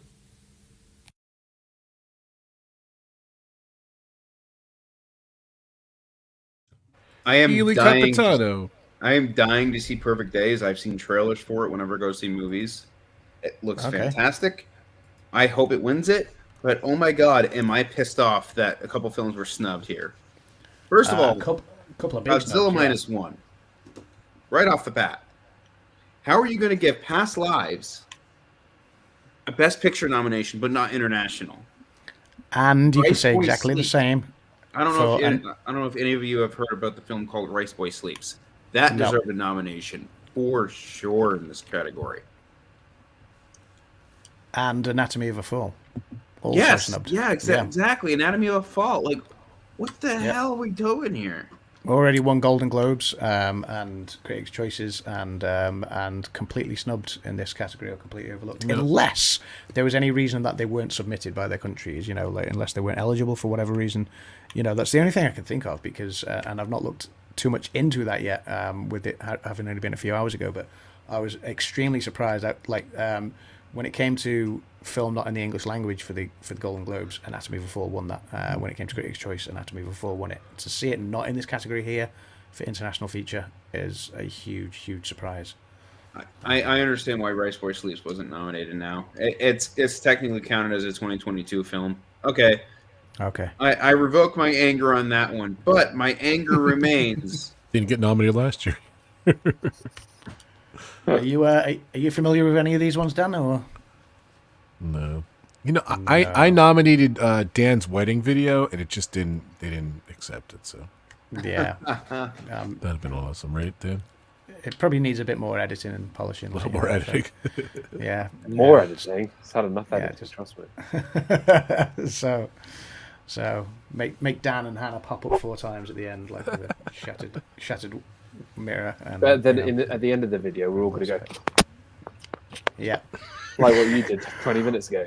My God! By the way, that hurt massively because you it took pretty much you just come at the frogging.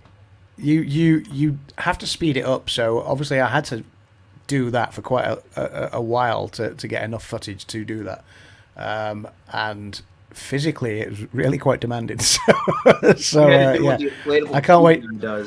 I can't wait to make someone else multiverse next year. So next year we're going to get blown up by an atomic bomb. Okay, next year. Wow. So yeah. Well, no, it's Oppenheimer. If Oppenheimer takes Best Picture, so whatever's Best Picture, we'll do something to do with that next year. So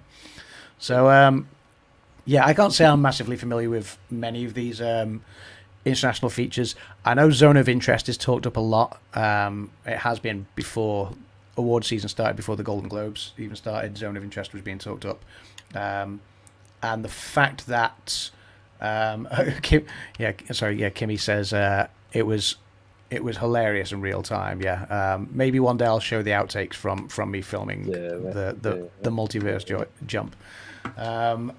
But yeah. What was I saying? Zone of Interest, I think, now stands a very good chance with Anatomy of a Fall not being there. Society of the Snow as well from Spain, 2 nominations because it was nominated in one of the other categories as well. So yeah, that'd be interesting. I think they're going to be the front runners just because they're nominated in more than one category.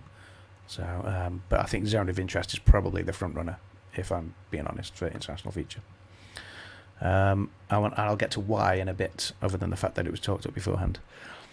But the next category.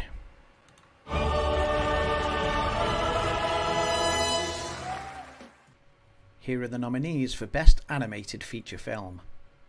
The Boy and the Heron, Elemental, Nimona, Robot Dreams, and Spider-Man Across the Spider-Verse. Two snubs here. There's one winner here. There's one winner here, but there were two snubs.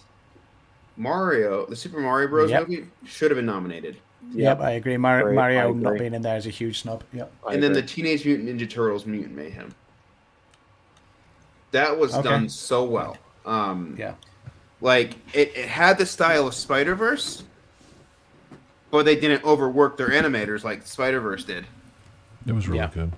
Yeah. And, like, honestly, Teenage Mutant Ninja Turtles was done very well, and this 100% should have been nominated here. Like, it had the Spider-Verse style, kind of, right? Yeah, it had the Spider-Verse style, but it was different enough to where it is its own film, like, as far as animation goes. I'm just saying animation look wise. 100%. You know, the Boy and the Heron won Golden Globe, so who knows? The Boy and the Heron won Golden Globe, and I think it's I would have backed Spider-Verse, but I think the Boy and the Heron has obviously shifted my opinion on that. So yeah, it's a no-brainer. The Boy and the Heron is going to win this one. I see that easy. Yeah. Have you guys seen Boy and the Heron yet? Not yet. No. It's pretty good. Watch the English dub version. They have such a stacked voice acting English cast. Mark Hamill, Robert Pattinson. Oh wow. Yeah, there's so many big names. And I'm drawing a blank on them at this current moment because we have more shows. We do have more shows, but the next category that was announced was.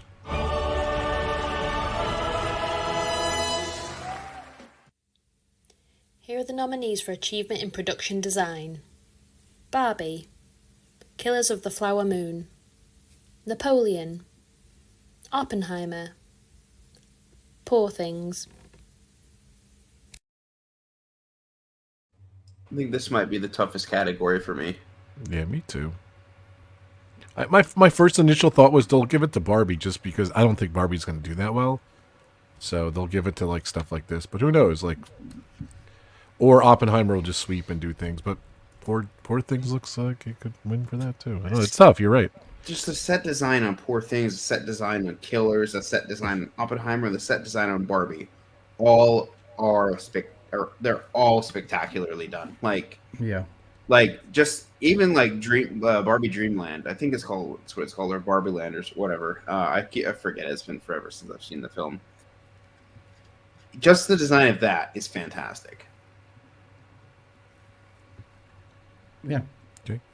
Like, it's a tough one. It's definitely it's a tough. very We tough could debate category. this for a long time. So. Yeah, I think it'll be interesting to see where that goes. I do agree. It's a tough category from what I've seen so far. Dan, thoughts? Napoleon? Any chance? I'd see Napoleon too. Napoleon might be an unexpected one here. No, I don't see it at all. You know what I think is like, especially like categories like this, it's whatever gets the most nominations will win that. Or like I said, the opposite direction. If they feel bad for a movie, they'll throw that at that. It's like it's a weird category. It's for me. I think it's probably going to be Oppenheimer. If it goes to Barbie, Possibly then Poor fair Things, dues, because I feel like that's the only thing that Barbie really should win, which is like you said, the Barbie Dreamland like set piece. Like the actual set was very, very well done, but that's the only thing it should win. Yeah. Interesting. Give me full screen, Adam, please. Give Robert full screen. 2024. I think Oppenheimer will sweep. There you go. There's your. Oppenheimer is going to sweep. There's no prediction there. There's no other competition. Like, yes, there's other competition, but what Oppenheimer has been able to achieve, it's going to be this year's Everything Everywhere All at Once. It's going to be this year's Dune. I don't see another film sweeping like it's going to this year. Power of the Dog got the most nominations a couple of years ago, but it didn't deserve any of the nominations. Like, it didn't deserve any of the wins. Nope. Like, That this movie's is a film garbage. this is Christopher Nolan's year. Yeah. Like Dan said right in the beginning, this bad selection of movies this year. Bad selection. There's another soundbite for you. There we go. That's the first marker I've created as well. Thank you. I was thinking, could I even do that, or it's you? No, I think it's just me. I think so. That's just you. Yeah, that's right. Yeah, just me. So, but there we go. I've created a marker for that. So, 2024, bad year of the movies. Yeah, 2024. Like, I know I said it earlier, but 2024, I don't see many films taking nominations at the Oscars this upcoming year. That's why Dune 2 is coming out this year. Oh yeah. Yeah. You know what though? Like it's because of the pandemic, which was so lame. You know, they held off the movies. They held Adam. I'm thinking like, I'm pretty like it's stupid. I'm even saying this, but they held back the movies because of the writer strike and the actor strike. They pushed. They're going to push a lot of films to 2025. Yep. Yeah. So next year could be interesting to see how, whether we're faced with slim pickings again or what. So the next category to be announced was.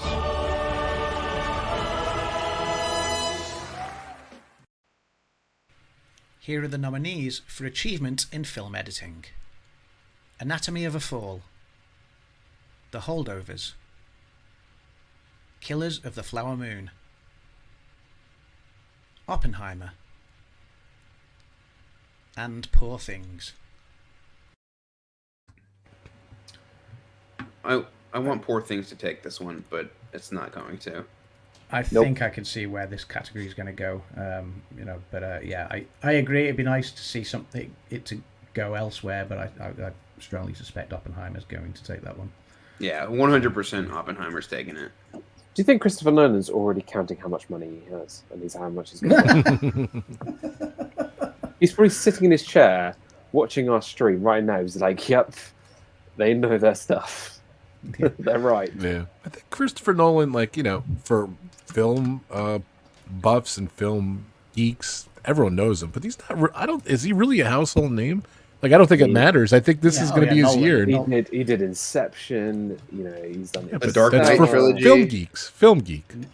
But I think even breakthrough. Even regular people, like my dad is not a film guy. He is not a film bro by any means.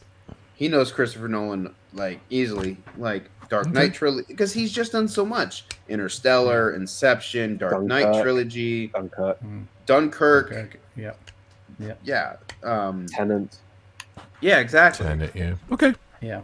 I just wonder if in any of the categories, or if there's any chance that Nolan is going to be riding the crest of a wave right now from the Globes and the Critics' Choice, but has Oppenheimer gone early? Or is it going to be Everything Everywhere All at Once, where it swept everything, or has it gone early? Is it going to do what 1917 did, and Sam Mendes was expecting the win, and then it all went to Parasite at the end? So who knows? Why release a movie so early? I'm sorry, Adam. Why release a movie so early when it's such a Oscar darling? Don't they? Isn't Oscar darling typically released in December or November? Most of the successful films typically go later in the year, sort of November, December sort of time. But Everything Everywhere All at Once did break that trend last year. There was some big films that were released earlier last year. I think Everything Everywhere was April last year. April, yeah, 100%. Yeah, so it was released the same time as the other multiverse film, Doctor Strange and the Multiverse of Madness. That's why. Yeah.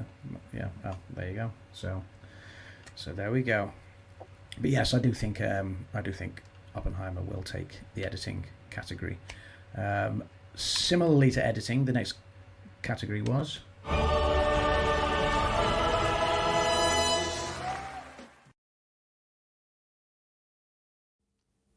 Here are the nominees for achievement in sound: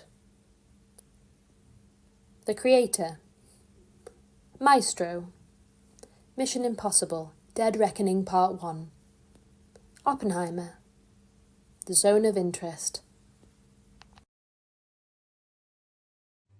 Oppenheimer. You think Oppenheimer? Who's Hey, questioning John. that? Not me. Yeah. Should I throw a curveball? Even though I didn't really like the movie. You think in Mission Impossible? Nope. He's gonna say Maestro, and I hated Yeah. Maestro, by the way. Hated Maestro. Maestro being a music film will be in with the running. It's always war films and music films that go to the sound, or the sound award goes to rather. So yes, I didn't you're like absolutely it, right. but Maestro I think he has a chance. Maestro will be in the running, absolutely. But Oppenheimer, I think, is being talked up massively. I could Rob? I could rant from Maestro about 3 hours, but I'm not. So. If you It had looked to- great. The acting was great. There was zero, like, I don't know who it's a. I think as Brandon would say, it was an AI generated script. It was just terrible. I'd rather Oof. sit through Maestro than watch Barbie again. Oof, that's bad. I haven't even sat down and watched Wish, but from the clips I've seen, from the script I've from people like talking about the film to the summary I've read, 100% willing to bet you they were a test audience for AI. That's crazy. AI generated film. Obviously, the voice cast showed up, but no, I don't see. I don't see why people love Wish. Not a lot. I don't know anyone who loves Wish. No one, not a lot of people. No, I've seen Who people said who that? love Wish. Like there are some people who saw it like 3 or Oh. 4 times. I'm gonna watch it this weekend. I'll let you know. So Yeah, Okay. save your money. I know Dan's running low on On home time, video. so we'll Yeah, jump let's to the go. next category. We'll jump to the Thanks, next Dan. category, which was Thank you.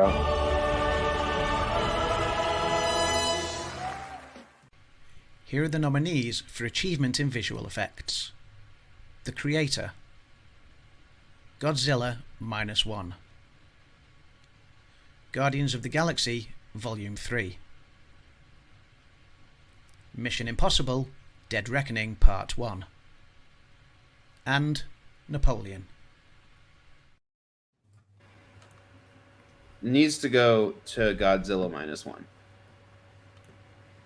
That's your preference, I'm guessing. That's my preference. I could totally see Guardians 3 taking this though, because Yeah. James Gunn has been posting so many different screen tests and stuff for I forget the author's name. They posted one for Rocket, for Teeth. I'm forgetting the author's name. What is her name? In Guardians 3. I can't remember. Augustus. No.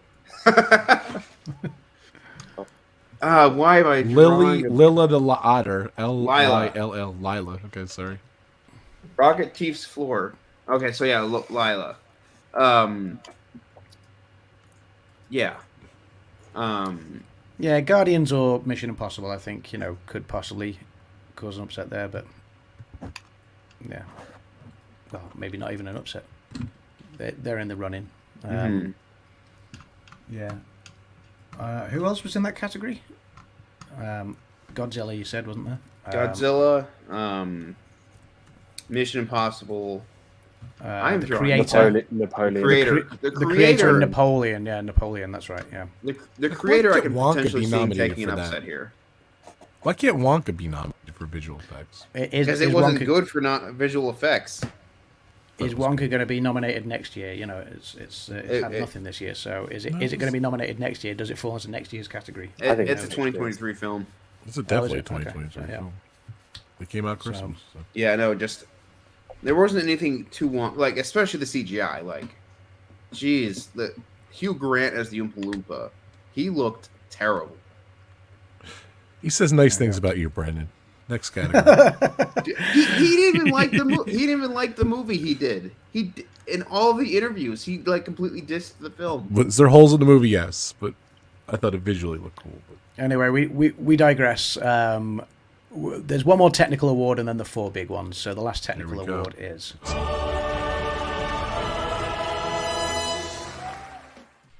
Here are the nominees for achievement in cinematography: El Conde, Killers of the Flower Moon, Maestro, Oppenheimer, and Poor Things. It's going to be either Oppenheimer or Poor Things. I agree. I thought the commercial for Oppenheimer was better than Maestro. So I think Oppenheimer's done well with the cinematography. I've not seen it yet, but I'm looking forward to seeing what the cinematography is like in Maestro, because basically what you told me about it, Rob, it does sound like it was very well thought out. So it'll be interesting to see how they did that with the shooting it period by period, and the cinematography changes along that way. I like the thought process going into that. So it sounds great on paper. It sounds like a potential winner on paper, really. But it's whether the execution's there as well. So. Yes, we'll see. Dan, thoughts? My thought is just going to be the same for this one and the next last four. Like I said, Christopher Nolan is going to be very much eating the best steak, Wagyu beef steak, for the next 5 years, because he's going to be pretty much bathing in money. He's going to be like Scrooge McDuck of the world of cinema, because Oppenheimer is going to take it all. Yeah, I know. Yeah, and that's pretty sad. But like I said at the start, like when I joined, the films this year have just not been good. They just haven't.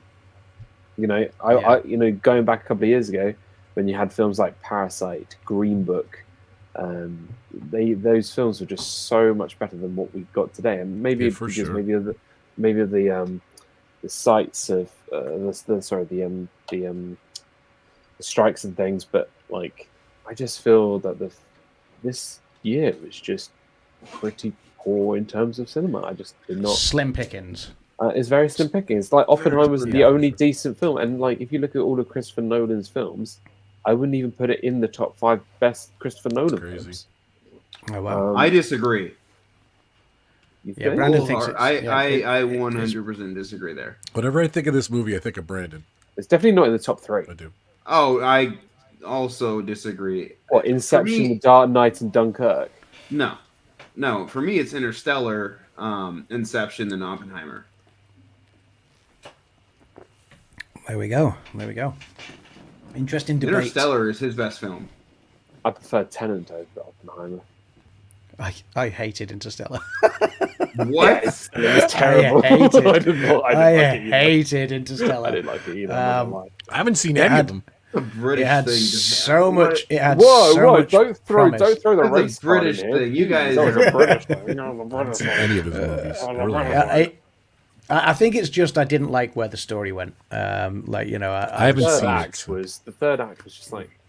What? I remember sitting there, and when it finished, I was like, "That's 3 hours. I'm never getting back." And the funny thing is, that particular year, because it was an Oscar-nominated film, I deliberately saved Interstellar for last because it was the film I was looking forward to seeing the most, and I watched it on the Oscars Sunday, and I was just like, at the end, I was like, I want to give up now. I was so fed up. You can't say the greatest comic book film ever made, The Dark Knight, is worse than Interstellar. I just can't. I can't. And even Dunkirk was unbelievable. Like the way they made Dunkirk, it was so good. Dunkirk was very, very good. I've not seen Oppenheimer On that yet, note, before Brandon kicks me out, I'm probably going to make my adieus. Yeah, you've got to. I know you've got to run down. We've got the big 4 left, of which Oppenheimer is in. Just put me on Oppenheimer for all of them. Just don't know if that applies to actress. I can't remember. Actress will be who was the girl in Killers? No, was it Killers? Yeah, you got Lily Gladstone in Killers, but you've also got no, it's not. It's Emma Stone who I was thinking of. I was going to say you got Emma Stone as well in Poor Things. Emma Stone's going to win. That's going to be a tough category. Emma Stone's going to win the actress. Downey Jr. Leading actor will be Cillian Murphy, and director and picture. Best film picture. So yeah, we'll discuss those in more detail. But yeah, those are Dan's current thoughts. I know you've got to drop out, buddy. So thank you so much for being here. Love you, brother. I'm going to go and watch all the best Christopher Nolan films except for Interstellar now. Nice. So we do have more award season Bye, Dan. streams coming I'll up. be So back. hopefully Dan will be with us on those. I will Yes, be back. You will. Awesome. Good to hear, Dan. Bye. So Good to see we you, will Dan. catch you soon. Feel better with your fingers. Just a finger. Yes, and hope your fingers are feeling better soon. Yeah. Don't need it. Bye. Cheers, Dan. I So don't know how he broke those fingers. I broke them because he doesn't like Interstellar. So so that was cinematography we've just covered. So we are down to the big four awards. So the first of those announced for the nominees this year was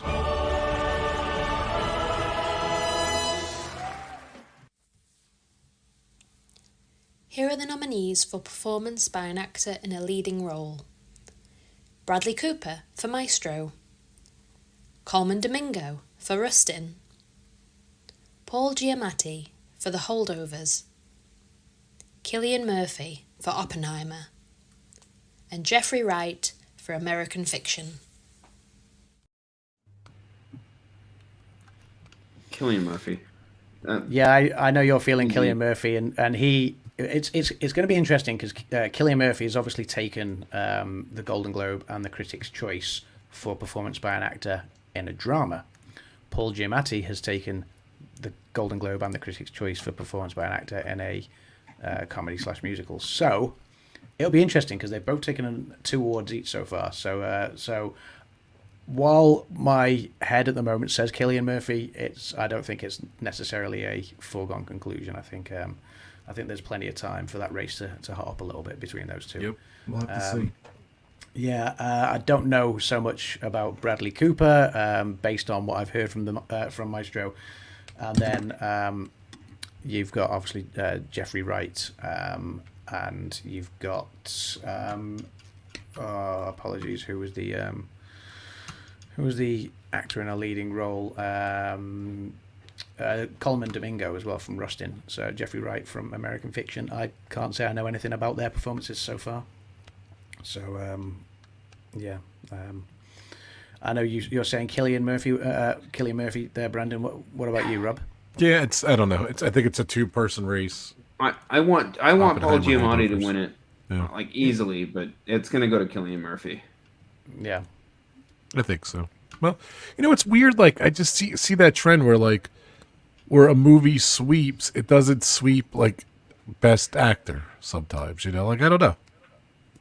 It's because he's got the Critics' Choice and the Golden Globe. Obviously, Paul Giamatti did as well for musical or comedy, but I see this going to Cillian Murphy. Yeah, I got to think about it. Probably, I would lean towards that. Of betting. Yeah, that's where my head is at the moment. Although like I said, there's plenty of award season still to go, and momentum does swing and shift sometimes. So, but yeah, sticking with the acting categories, the next award or the next nominees announced are.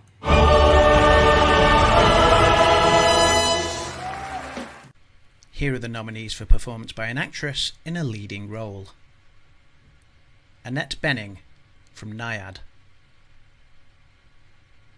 Lily Gladstone for Killers of the Flower Moon, Sandra Hüller from Anatomy of a Fall, Carey Mulligan from Maestro, and Emma Stone for Poor Things. It's going to be a tough battle Between Lily and Emma, for which sure. again are the Globes and Critics' Choice winners in their respective categories. So, Two-person race again. Yep.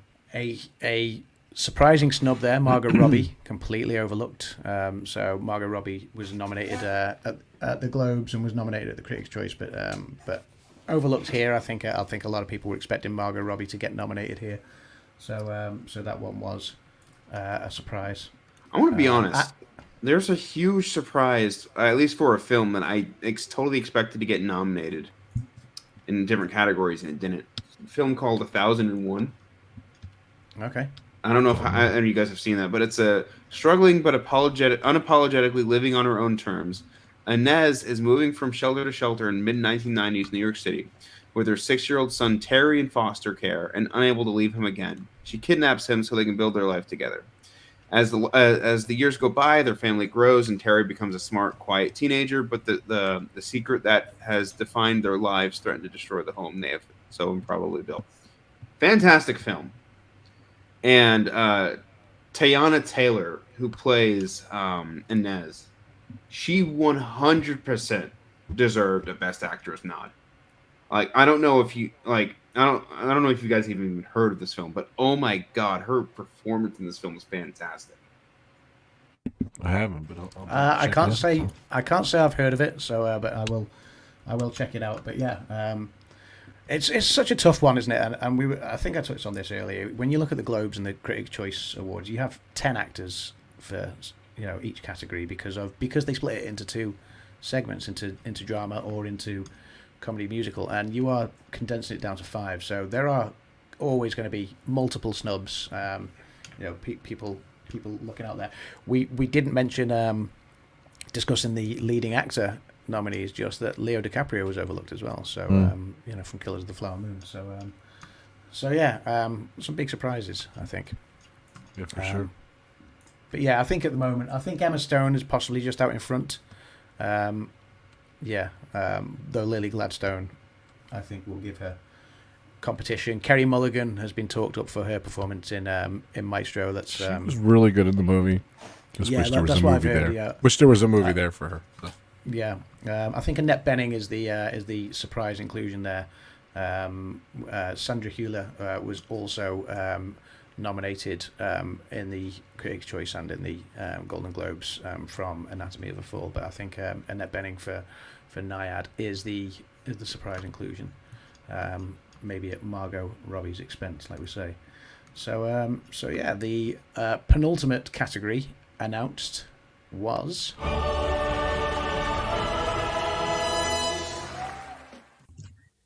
Here are the nominees for Achievement in Directing. Justine Triet for Anatomy of a Fall. Martin Scorsese for Killers of the Flower Moon. Christopher Nolan for Oppenheimer. Yorgos Lanthimos for Poor Things. And Jonathan Glazer for The Zone of Interest.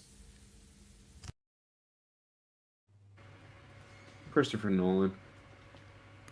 I think Nolan is way out in front. Yeah. This is finally his year. Like, every year that a Nolan film has come out, that he's worthy of a directing nominate or directing win, some other film has come in and taken it.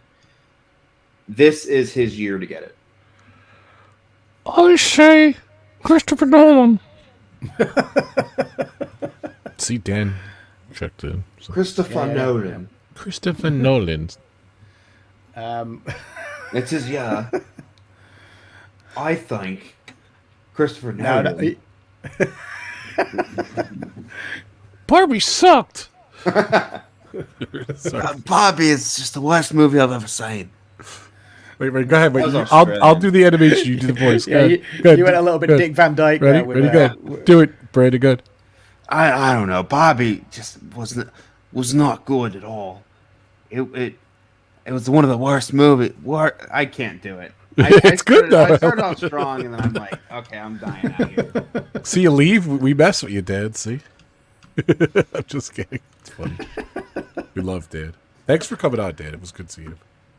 But yeah, come on. I don't think there's much discussion here and a lot of this stuff. Yeah, he's I think so far out in front.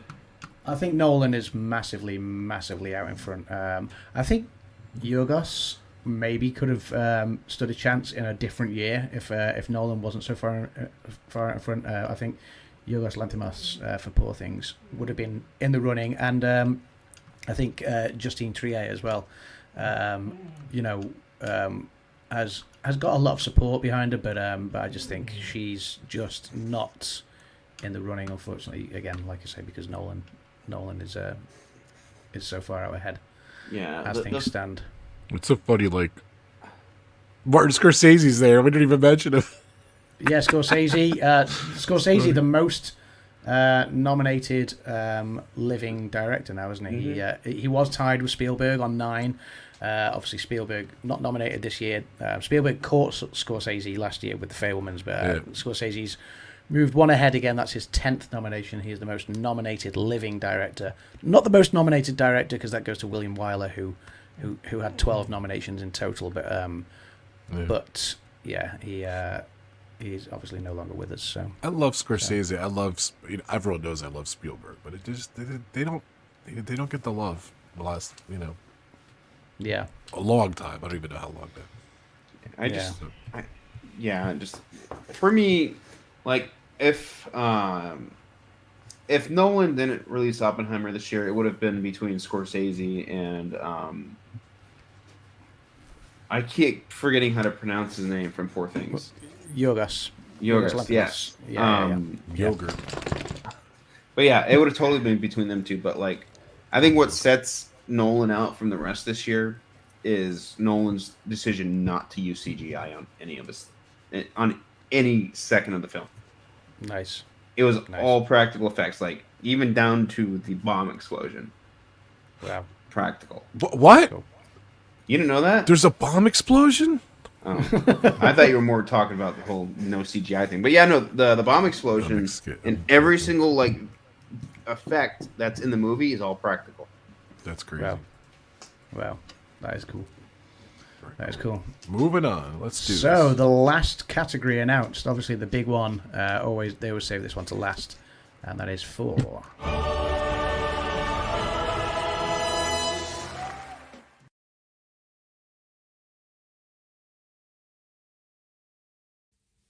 Here are the nominees for Best Picture: American Fiction, Anatomy of a Fall, Barbie, The Holdovers, Killers of the Flower Moon, Maestro, Oppenheimer, Past Lives, Poor Things, and The Zone of Interest. Oppenheimer.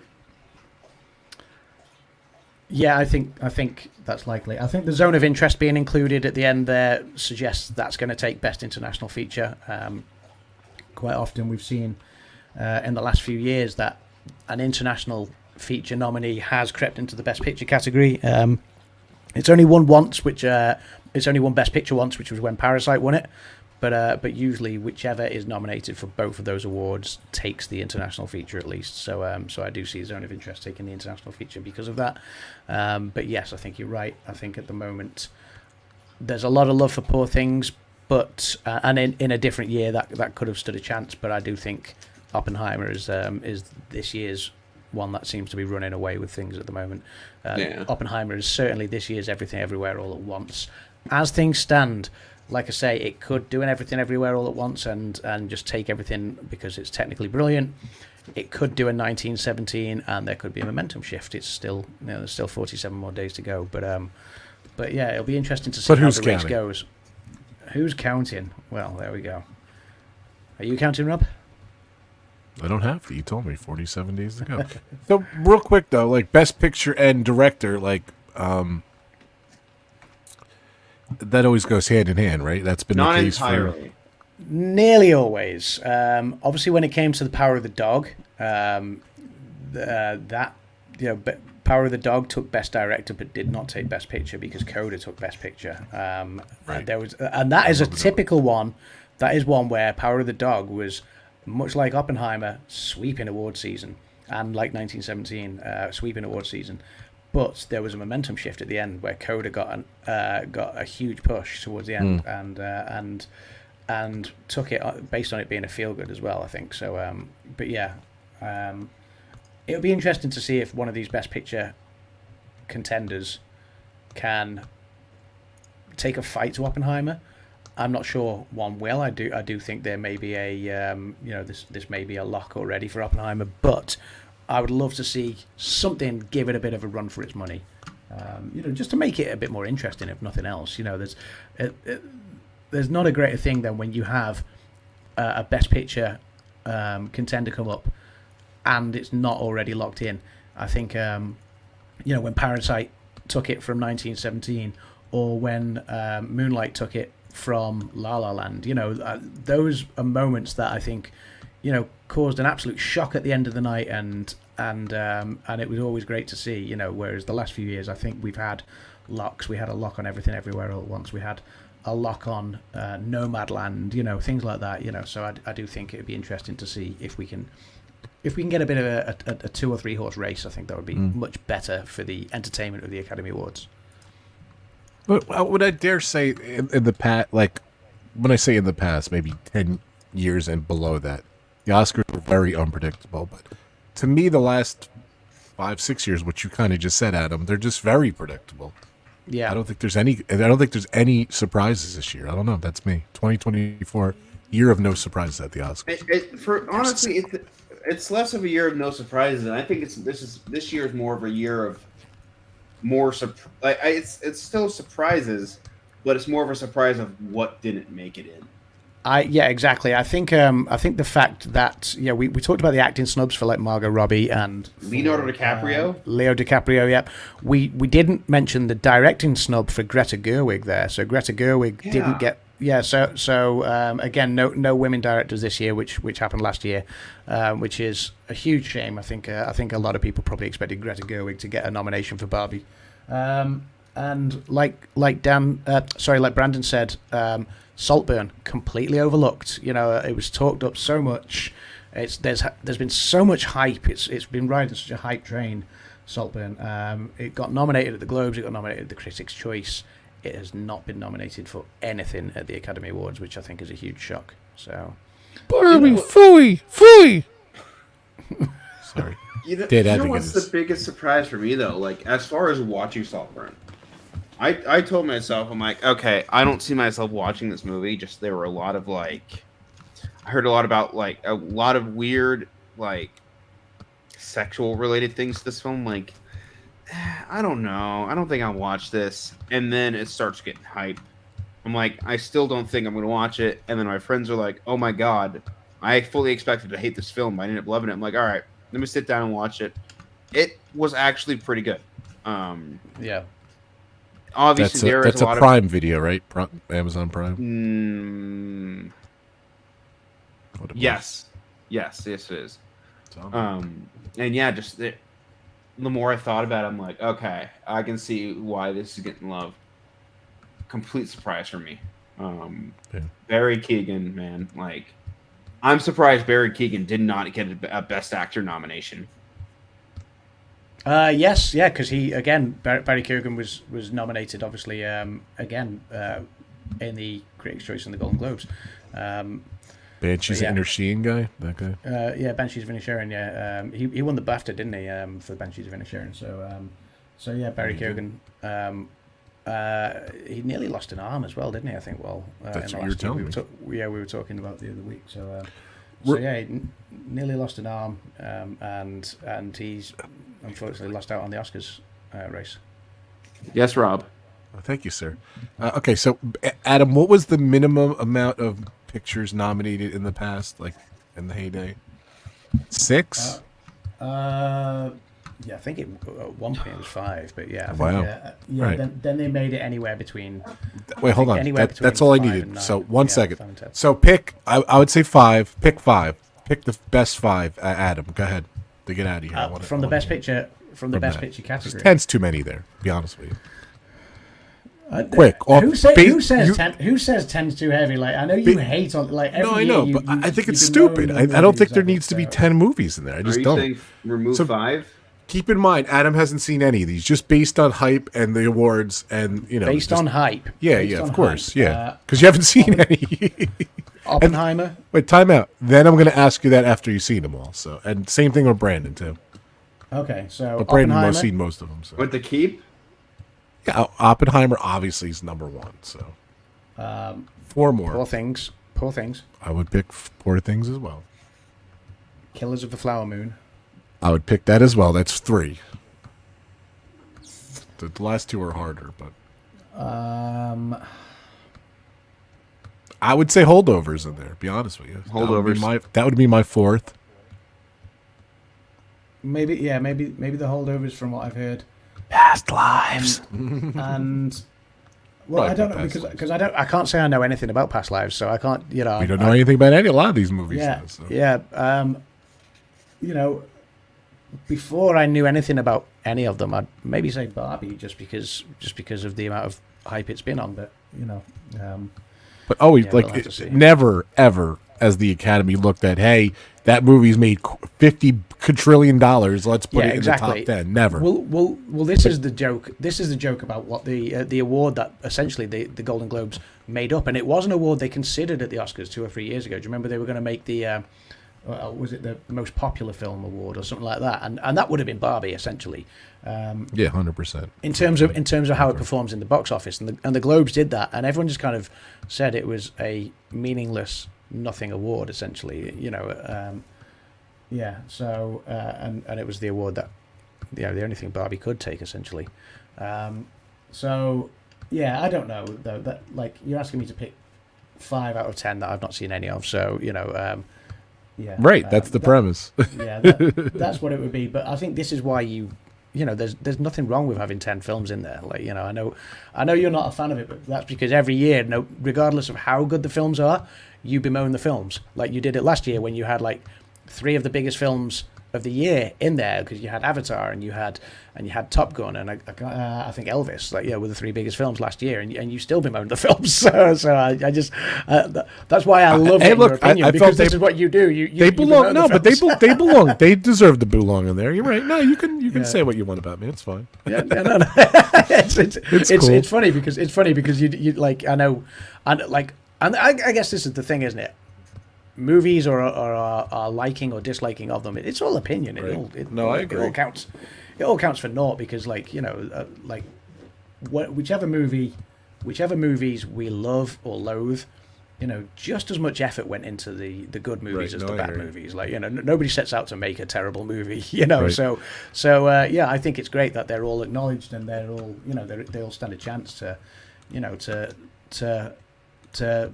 be presented in front of their peers and let people on that note talk about them. So yeah, like Maestro is typically like, this is an Oscar movie. Let's just stick stuff to it and let's do our best shot at it. That's why it would get big.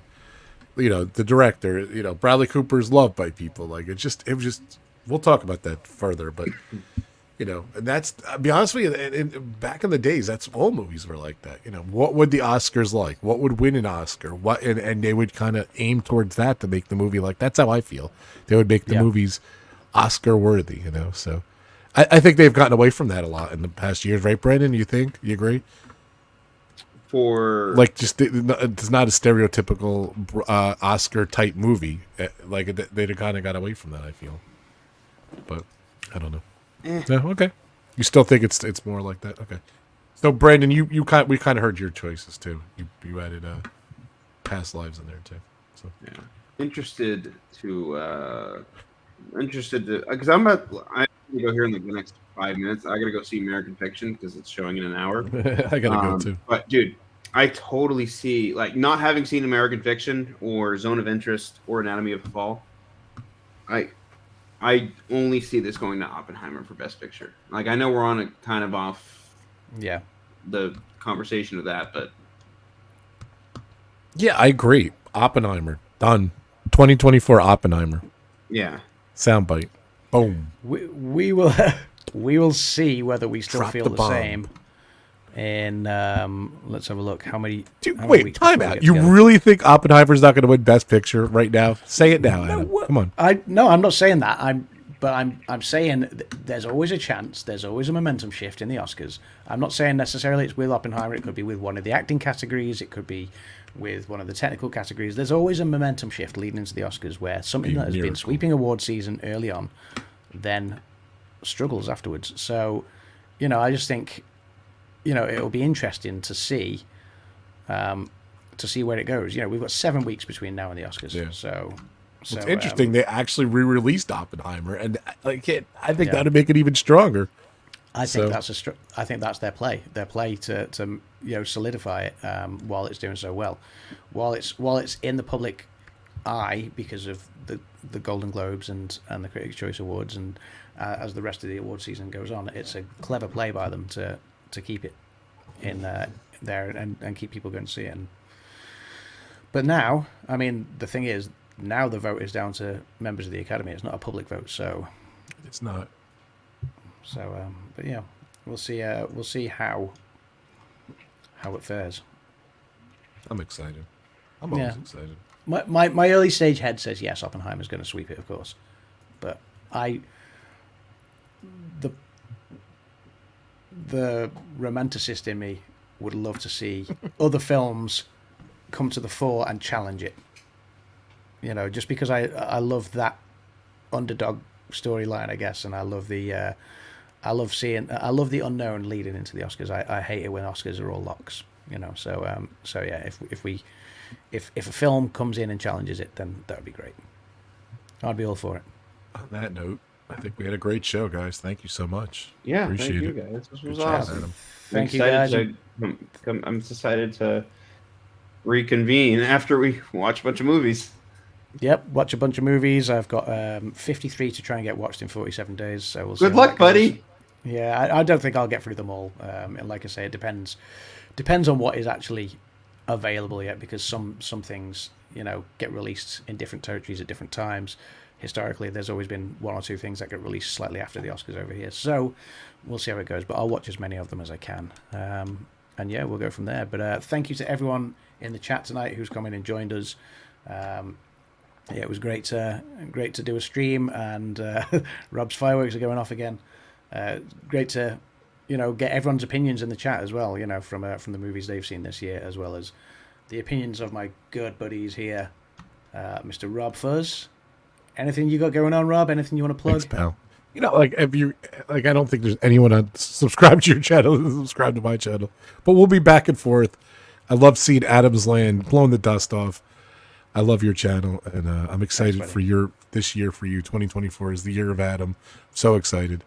Year of Adam and Kimmy Tyson. I'm excited for you guys. So there's going to be a lot of stuff. I'm going to promote Adam's Land. Definitely check out this channel. If you're coming from my channel or my post, subscribe. We're going to do a lot of stuff on here. I'm going to be doing a lot of stuff with Adam. And I love hearing about all your movie watching and all that stuff. So I'm excited. Yeah, check out my channel. You guys know my channel. So. Yeah, definitely check out Rob. And yeah, like Rob was just saying, you know, there's a lot going to be coming up on Adam's Land. Just things that you know, as we head into the summer, and maybe a honeymoon that Kim and I will be taking in Florida. There's a lot of people that I want to make sure I see while I'm in America, and that extends to you two, of course, Brandon and Rob. You know, if you guys can get to Orlando while I'm there, that would be fantastic. But people like Rich, Brandon's on his way now. So. Yeah, hey, I already hotel booked and everything. I'm not really, but I'm saying like this week you're going, so which is awesome. Yeah, I'm going this weekend. Yeah, that's right. Not for Disney though, but I mean Disney is part of the plans because we're going to go to the Festival of the Arts. And awesome. Apparently we're also going to go to Hollywood Studios now because Ashley Eckstein is doing a meet and greet. But we are going to the WWE Royal Rumble this weekend. Nice. So we have a hotel booked in Orlando. It's quicker. It's a quicker drive home if we stay there. So we're looking forward to it. Adam, please let me know what dates work for you, because we have we'll talk about it later. We'll talk about it. Yeah, we can talk about that closer to the time. Yeah, but yeah, like I say, just while I've got people in the chat, Dean from the Live Play says great job, guys. Enjoyed your thoughts. Cheers, Dean. But yeah, people like Donna and Richard and anyone else who is able to, get to the Orlando area. Friends of ours from the YouTube community. Obviously, when Kim and I are there in late August and the first couple of weeks of September. We want to see and celebrate our marriage with as many people as we possibly can. Whether let's get together for a few drinks or all go for a bite to eat or what, that would be fantastic. And we'll talk about that closer to the time as well. Yes, definitely. But yeah, it's just because Rob brought it up. Brandon, anything that you need to plug? Anything you got going on at the moment, or is that? I've got something going on in less than an hour, so I got to go. Yeah, so you got to run. Okay, buddy. Well, yeah, thank you so much, guys, for coming in again. Rob's doing all of his Mac things at the moment, trying to get balloons and fireworks and Hey, look at me, confetti pal. and I own a all of Mac. I have Mac OS all- powers. and all of the fun stuff going on. Donna says, "Can't wait to see you and Kim." Yeah, likewise, Donna. We can't wait to see you as well. I call this one the Adam. Yes, that is definitely me. Yeah, Donna Richard, a staple of Orlando, absolutely. But yes, that is our Oscars nominees for the 96th Academy Awards recap and reaction. A few snubs this year. A lot of things that were nominated that weren't necessarily a surprise, but one or two surprises in there, as there always are. Always a few is, snubs. yeah. And yeah, we will reconvene before the Oscars to give our actual predictions, to cover red carpet live, providing there is a red carpet this year instead of a champagne carpet or a no carpet, like has happened over recent years. And obviously the night after the Oscars on Monday, March the 11th, to give our recap and reaction to the entire night as it unfolded. So yeah, stay tuned. There will be more content coming on Adam's Land and on RobFuz, more pub talks, and also a few Oscars things, maybe some stats and Oscars by numbers, and a breakdown of the films that are nominated for those that aren't sure and haven't seen anything like me. So, yeah. But yeah. I think we're going to do a pub talk for my birthday. I think we have to celebrate your birthday, too, because we have it. So, I mean, my birthday's July, End so of the we can do week. that this year. We can do that later this year. But yeah, but yours is coming up. You're 28th, is that right, Rob? You're 28th, yeah. Yeah, so your birthday coming up. So yes, at the end of the week, we will reconvene for another pub talk over on RobFuz's channel. This was fun. Thanks for another awards nomination show. Well done, guys. Cheers, Donna. Thank you so much. Yes, pub talk birthday. Yay, we are going to be there celebrating for Rob. I will have a non-alcoholic beverage because I'm driving. So, yeah, that is it, guys. Thank you so much. We're going to wrap that up here. And we will see you guys again soon. Friday over on this guy's channel. For his birthday. And, yeah, take care, guys. Thank you so much. Bye, everybody. Bye, See you later. guys. Bye-bye.